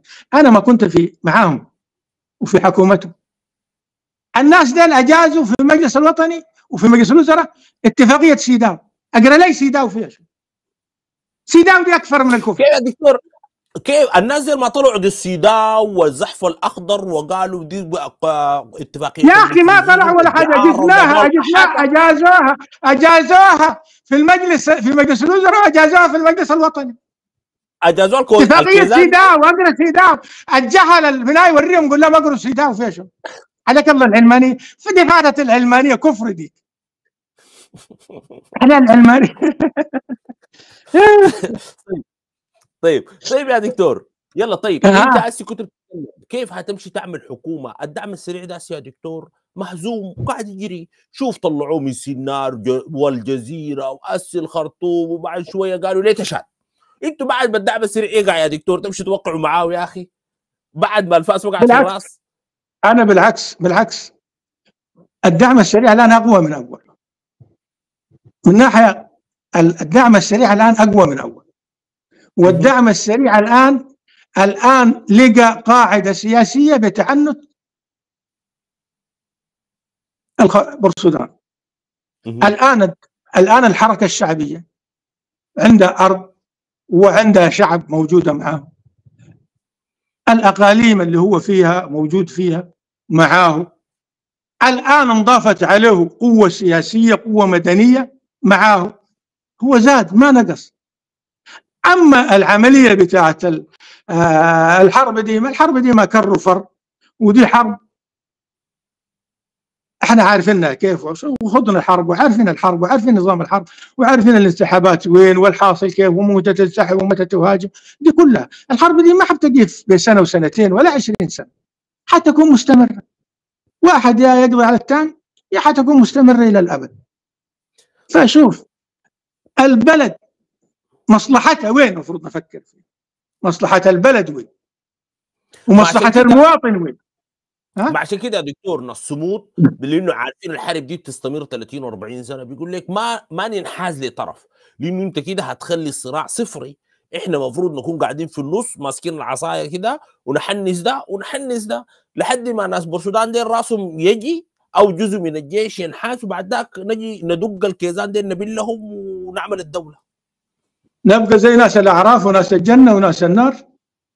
يوسف يعني اول حاجه شوف صلي على رسول الله صلى الله عليه وسلم. اول حاجه انت اليتك شو؟ احنا وقت مشي الحكومه دي اليه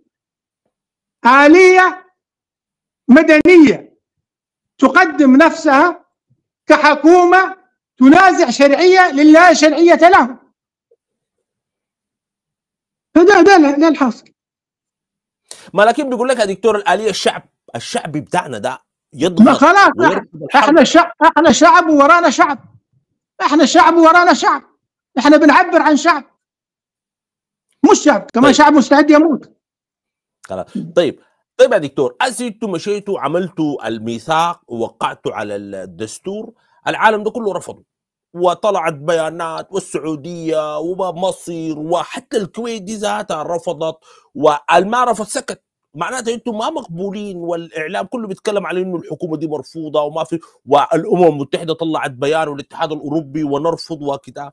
فهتعملوا كيف اذا العالم كله رافضكم يا دكتور؟ اول حاجه ما في حد رفض، عشان اوريك حاجه واحده وما نتخمى بالاعلام ساكت. ما في زول رفض.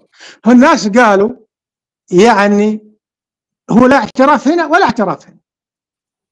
لغايه الان يسموا الجيش بقائد الجيش، وما سموا الدعم السريع بميليشيا زي ما تسميه انت ميليشيا، والاعلام المسموم اللي يسميه بميليشيا سموه دعم السريع. فاذا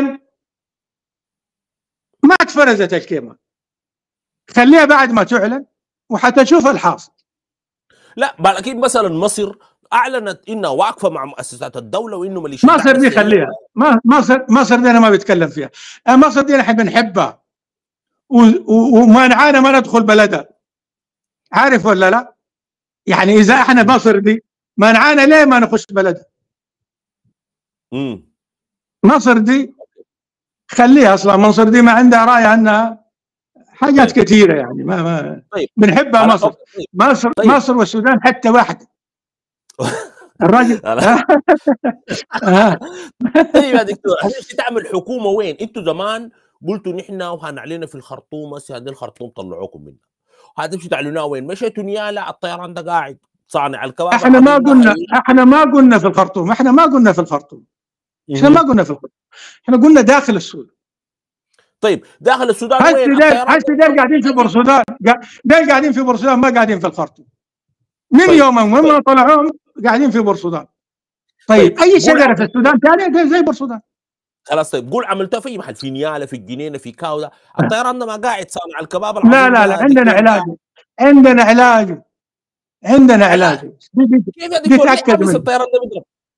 لا معلش، لسه العده جايه الوصل ما وصل. ايوه يعني في عده جديده جايه كثير جايه.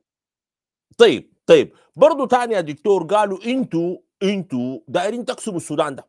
انتوا اصلا الدعم السريع اللي انسحب من الجزيره من الخرطوم عشان يمسكوا درمان ويمسك غرب النيل، ودايرين تعملوا دولتين، ودايرين تقسموا الغرابه ديل وناس الشريك، وانتوا الان بتعملوا على تقسيم السودان.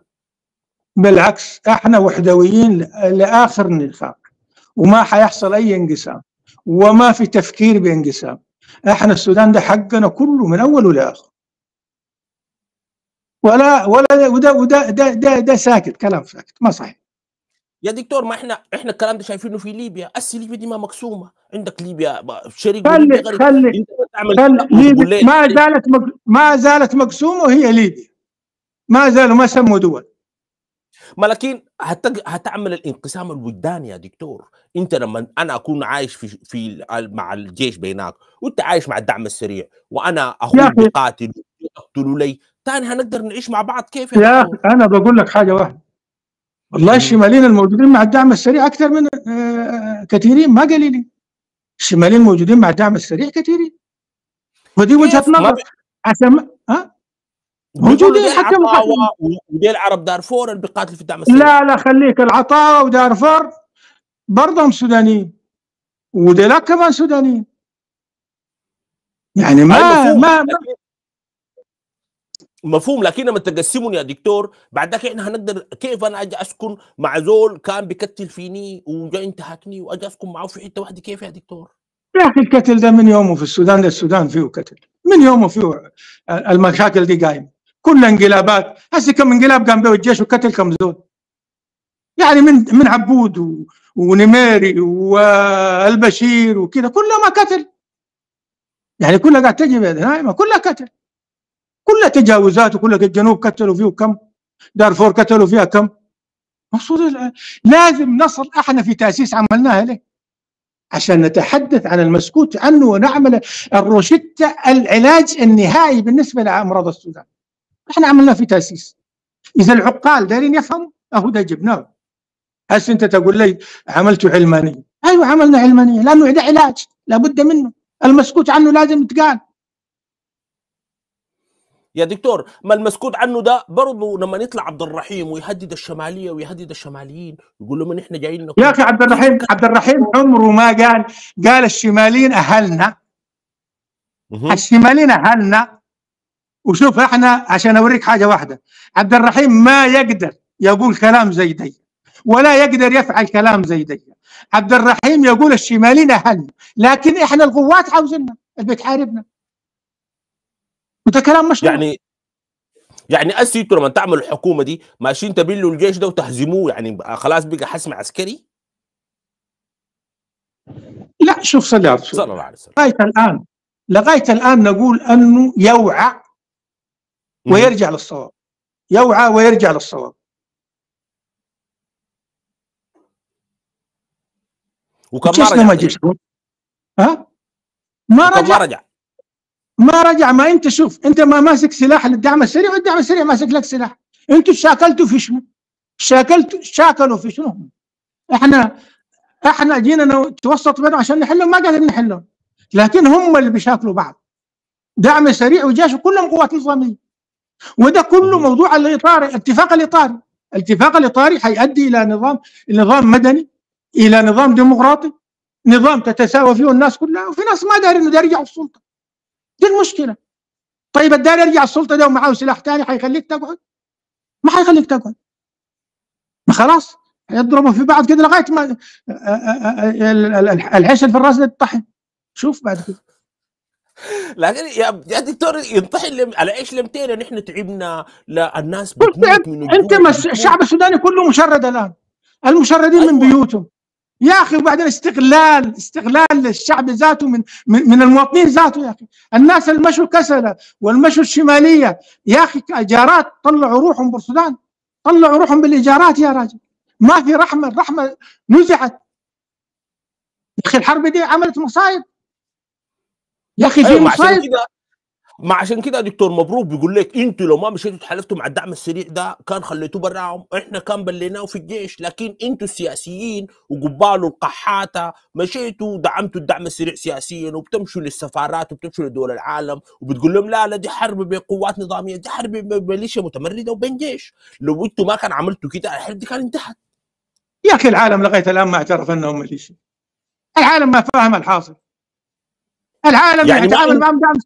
ها؟ يعني يا دكتور مبروك، يعني ما انتوا اللي مشيتوا وسوستوا للعالم قلتوا له لا العالم عارف اي حاجه. العالم عارف الحرب دي قامت كيف، وقامت 200 والقوامه منه والوراها منه وداير شنو، ده كله معروف.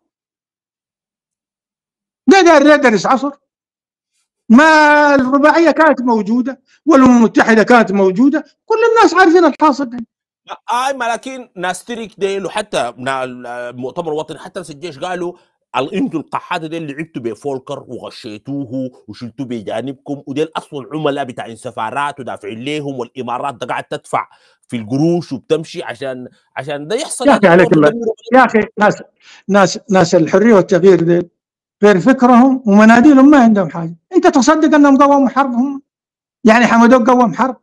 ناس الحريه والتغيير ده قوموا حرب يا اخي. ده اللي بحال يا اخي، ده الكذب ده ذاته، الاعلام الكاذب ده بيقولوا لك القوموا الحرب ده، والناس صدقت هسه. قالوا ده الناس الدعم السريع كانوا عندهم مدافع. ناس الحريه والتغيير كانوا عندهم مدافع.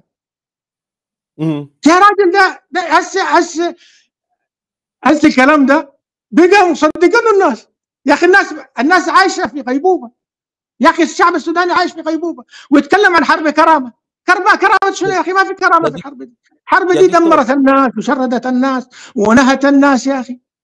يا اخي بقروا بطون الناس يا اخي، قطعوا رؤوس الناس يا اخي، مثلوا بالجثث يا اخي. ده لا فيها دين فيها اخلاق. يا دكتور انت تقول لي الشعب السوداني عايش في غيبوبه، الشعب السوداني يعرف من وين؟ اذا كان دكتور مبروك بيمشي بيتعشى مع حميدتي ما بيطلع بيقول لنا حميدتي قال كده. اذا كان خالد بيمشي يجتمع ما بيورونا الحصل شنو. نحن ما بنسمع من الاعلام اللي بيطلع بيقول لنا دي القحات عملاء سفارات الامارات دفعت لمبروك ما عارف كم، ودفعت لخالد سلك ما عارف كم، وما عارف اسرائيل مشت اجتمعت. ده اللي احنا بنعرفه يا دكتور، ده الاعلام اللي بورينا اليوم. ده طيب ما ده اعلام كاذب، اعلام كاذب، ما حقيقه. يعني شوف البينه بينه يا اخي، حاجات بينه ومعروفه بالنسبه لاي سوداني عارف الحاصل دي. لكن هسه دي شوف الناس على دين ملوكهم، اللي تحت السيطره، اللي هسه تحت سيطره الدعم السريع بيقول لك الدعم السريع ملائكه، واللي عند الجيش يقول لك ده الملائكه، لانهم خايفين ما عندهم قرار يقدروا يقولوا الكلمه الصحيحه. فانا ما بلوم على الشعب، ودي طبيعه الاشياء، الشعوب على دين حكام. بعدين يا اخي يجيبوك حتى قبيلتك تنتهي وقريتك تنتهي وحكايتك تنتهي لو ما جيت كذا، وفلان مصالحك تنتهي. مشاكل يعني ما في الوعي الحقيقي بالنسبه للناس عشان تعرف الحقائق. وفي ناس مساكين يسمع من فلان قال خلاص قال. فدي ورطه. طيب يعني ايوه هي ورطه. طيب هسه انا دار ارجع شويه لموضوع الشرق، لانه الشرق يا دكتور مبروك انا حسبت قبل كم يوم كده كان في زي 14 ميليشيا، واصبح في ميليشيات الان انضمت للجيش واصبحت بتتضخم، وسياسي فورقي شغال يجند ويعملوا في الميليشيات، والحركات بتاعت دارفور مشت عملت لها قواعد في شرق السودان وجندت اهلنا من الهوسه ومن قبائل دارفور دخلتها. فشرق السودان ده دكتور مشكله كبيره. والله من شرق السودان، السودان كله، السودان كله، السودان كله، ما شرق السودان بلا. الاثيوبيين الموجودين، الاثيوبيين الموجودين، اشياء كثيره موجوده. دي افرازات الحرب، افرازات الحرب سيئه، الحرب دمار ما فيها عمار. احنا نسال الله سبحانه وتعالى ان تقف هذه الحرب، وان يكون هنالك عقلاء في القوات المسلحه وتعي الدرس. الآن القوات المسلحة نفسها، أنت تفضلت وقلت كم ميليشيا موجودة معاه وكم يصرف عليهم. هل يصرف على الجيش؟ الجيش ذاته يصرف عليه ولا يصرف على الميليشيات الموجودة؟ والفساد الحاصل بالنسبة لهذه الميليشيات في تعدين جائر وفي شغل كله لمضرة للشعب السوداني. ماذا أتت هذه الحرب؟ يعني بنية تحتية دمرت.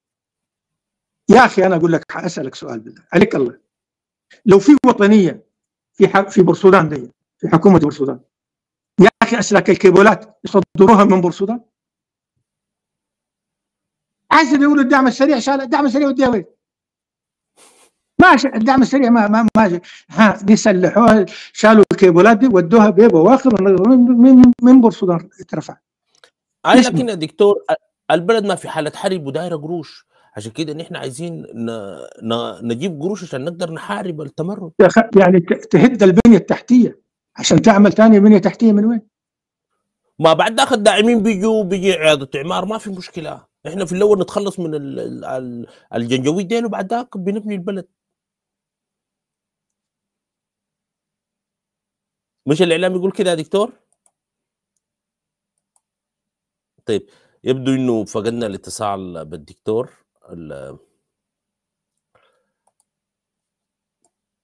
يا دكتور لو سامعني؟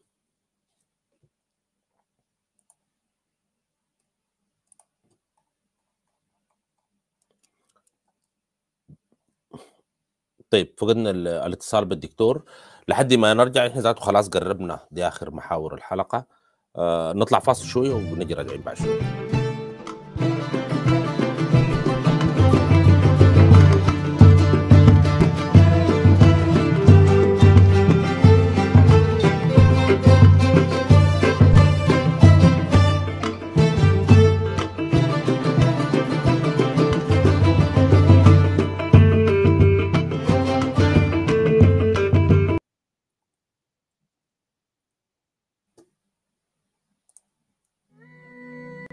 كل أجزائه لنا وطن إذ نباهي به ونفتتن، نتغنى بحسنه أبدا دونه لا يروقنا حسن، حيث كنا حدت بنا ذكر ملؤها الشوق كلنا شجر، نتملى جماله لنرى هل لترفيه عيشه. السلام عليكم يا دكتور، ان شاء الله تكون سامعنا يا دكتور. لسه شكله في كل أجزائه لنا وطن إذ نباهي به ونفتتن، نتغنى بحسنه أبدا دونه لا يروقنا حسن، حيث كنا حدت بنا ذكر ملؤها الشوق كلنا شجر، نتملى جماله. طيب يا دكتور ان شاء الله كده سامعني؟ نعم أباب، أي سامعك. طيب سامعك. شكله الاتصال. طيب يا دكتور، انا كنت داير، كنت بسألك من داير ارجع لك تاني لموضوع الحكومه الجديده، لانه في اسئله جديده قالت طيب انتوا هتعملوا شنو؟ هتعملوا جوازات جديده، هتعملوا بطاقات جديده؟ يعني مثلا انا ممكن اجي اعيش في الدوله الجديده دي وتدوني جواز سفر واوراق ثبوتيه وحاجات زي دي؟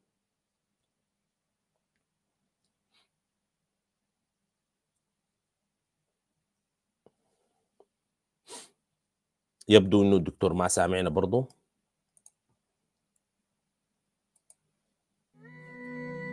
كل أجزائه لنا وطن إذ نباهي به ونفتتن،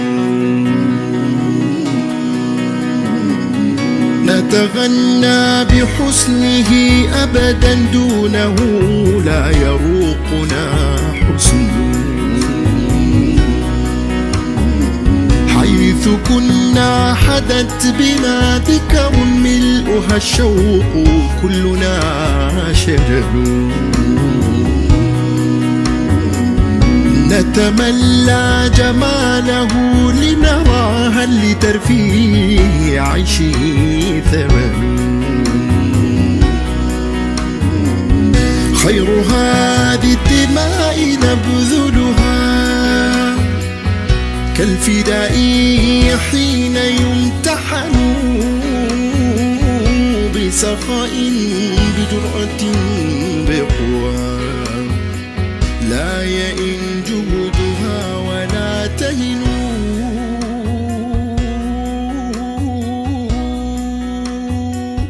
تستهين الخطوب عن جلد تلك تنهال وهي تتزن، أنا سوداني أنا سوداني أنا.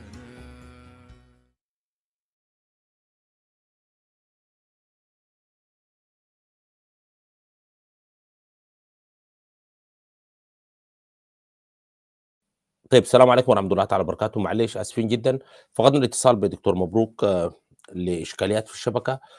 نحاول ننتظره تاني دقيقه دقيقتين. على كل ان احنا اصلا كنا على ختام الحلقه، ولحد ما دكتور مبروك نستغل الحاجه دي في فاصل اعلاني بسيط لمحبي التحليل السياسي. ان شاء الله بكره الساعه 8:30 مساء بتوقيت السودان، 7:30 مساء بتوقيت السودان، هيكون عندنا لايف حول التحليل السياسي للمشهد السياسي السوداني بالتعقيدات الكثيره بتاعته. يوم الخميس ان شاء الله هحاول، عندنا حلقه مفاجاه اتمنى انه ننجح في التنسيق لها، هتكون حلقه مختلفه شويه وهيكون فيها مفاجات ان شاء الله يعني لو توفقنا فيها.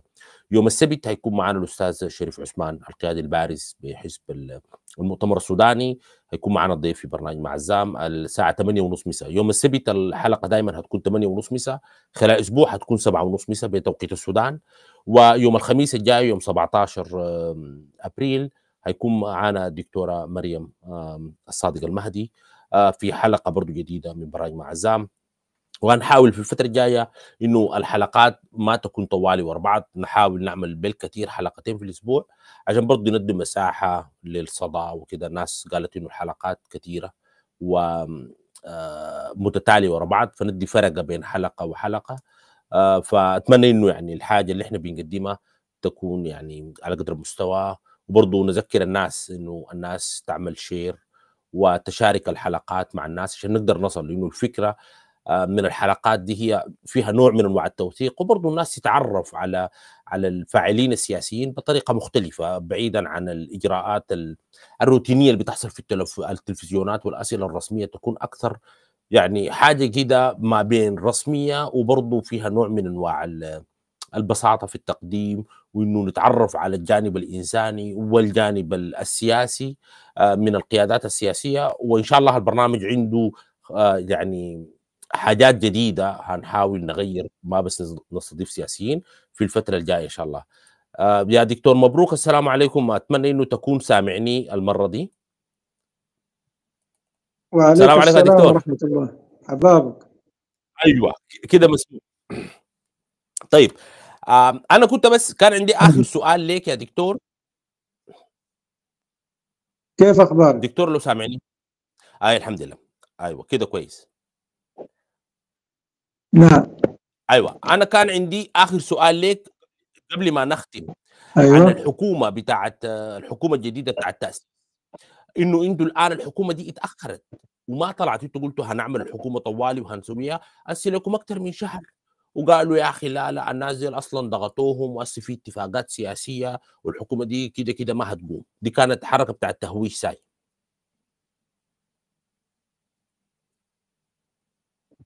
يا دكتور لو سامعني؟ لا أطمنك أن الحكومة قائمة وموجودة نعم سامعك. أبشرك الحكومة قائمة، والحكومة اللجان شغالة وأوشكت على النهاية وحتعلن عن قريب إن شاء الله. ما عندك لنا زمن يعني مثلا تعمل لنا لقاء مع معلومه مصريه؟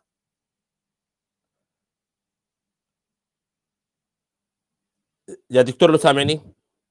والله إن شاء الله في القريب العاجل، يعني في القريب العاجل. اللجان شغالة ما فرقت، اللجان شغالة ما فرقت لسه، ومجرد ما تفرغ اللجان من العمل حيتم الإعلان إن شاء الله.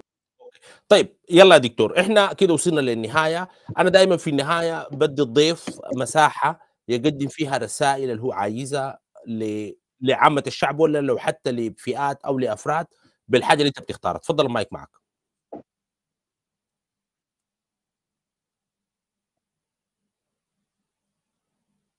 والله أنا صميم قلب أن هذه الحرب تجي، وأن صوت العقل يعلو، وأسأل الله سبحانه وتعالى أن تكون آخر الحروب، وأسأل الله سبحانه وتعالى أن يوقف نزيف هذا الدم وهذا الخراب وهذا التدمير الذي بأيدي أبناء السودان، أن يكون هنالك عاقلين فيهم ويرجعوا إلى الصواب ويخافوا الله في شعبهم وفي وطنهم. هذا ما أريد أن أقوله، ورسالتي عبرك إلى كل العاقلين أن يفهموا هذه القضية. هذه القضية هي أبعدت عن الوطنية وتعلت فيها صوت الكراهية وثقافة الكراهية، ولا بد للعقلاء أن يخرجوا ويقولوا كلمة الحق، ولا بد أن تقف هذه الحرب، ونسأل الله سبحانه وتعالى أن يوقفها. وبارك الله فيك وجزاك الله خير. شكرا شكرا شكرا شكرا كثير يا دكتور، وشكرا لكل الناس اللي تابعتنا، وشكرا كثير يا دكتور. طيب شكرا لكل الناس اللي تابعتنا، وشكرا للمتابعين، ونتلاقى ان شاء الله الساعه 7:30 مساء بتوقيت السودان في حلقه جديده من الراهن السياسي والتحليل السياسي والمسيدات.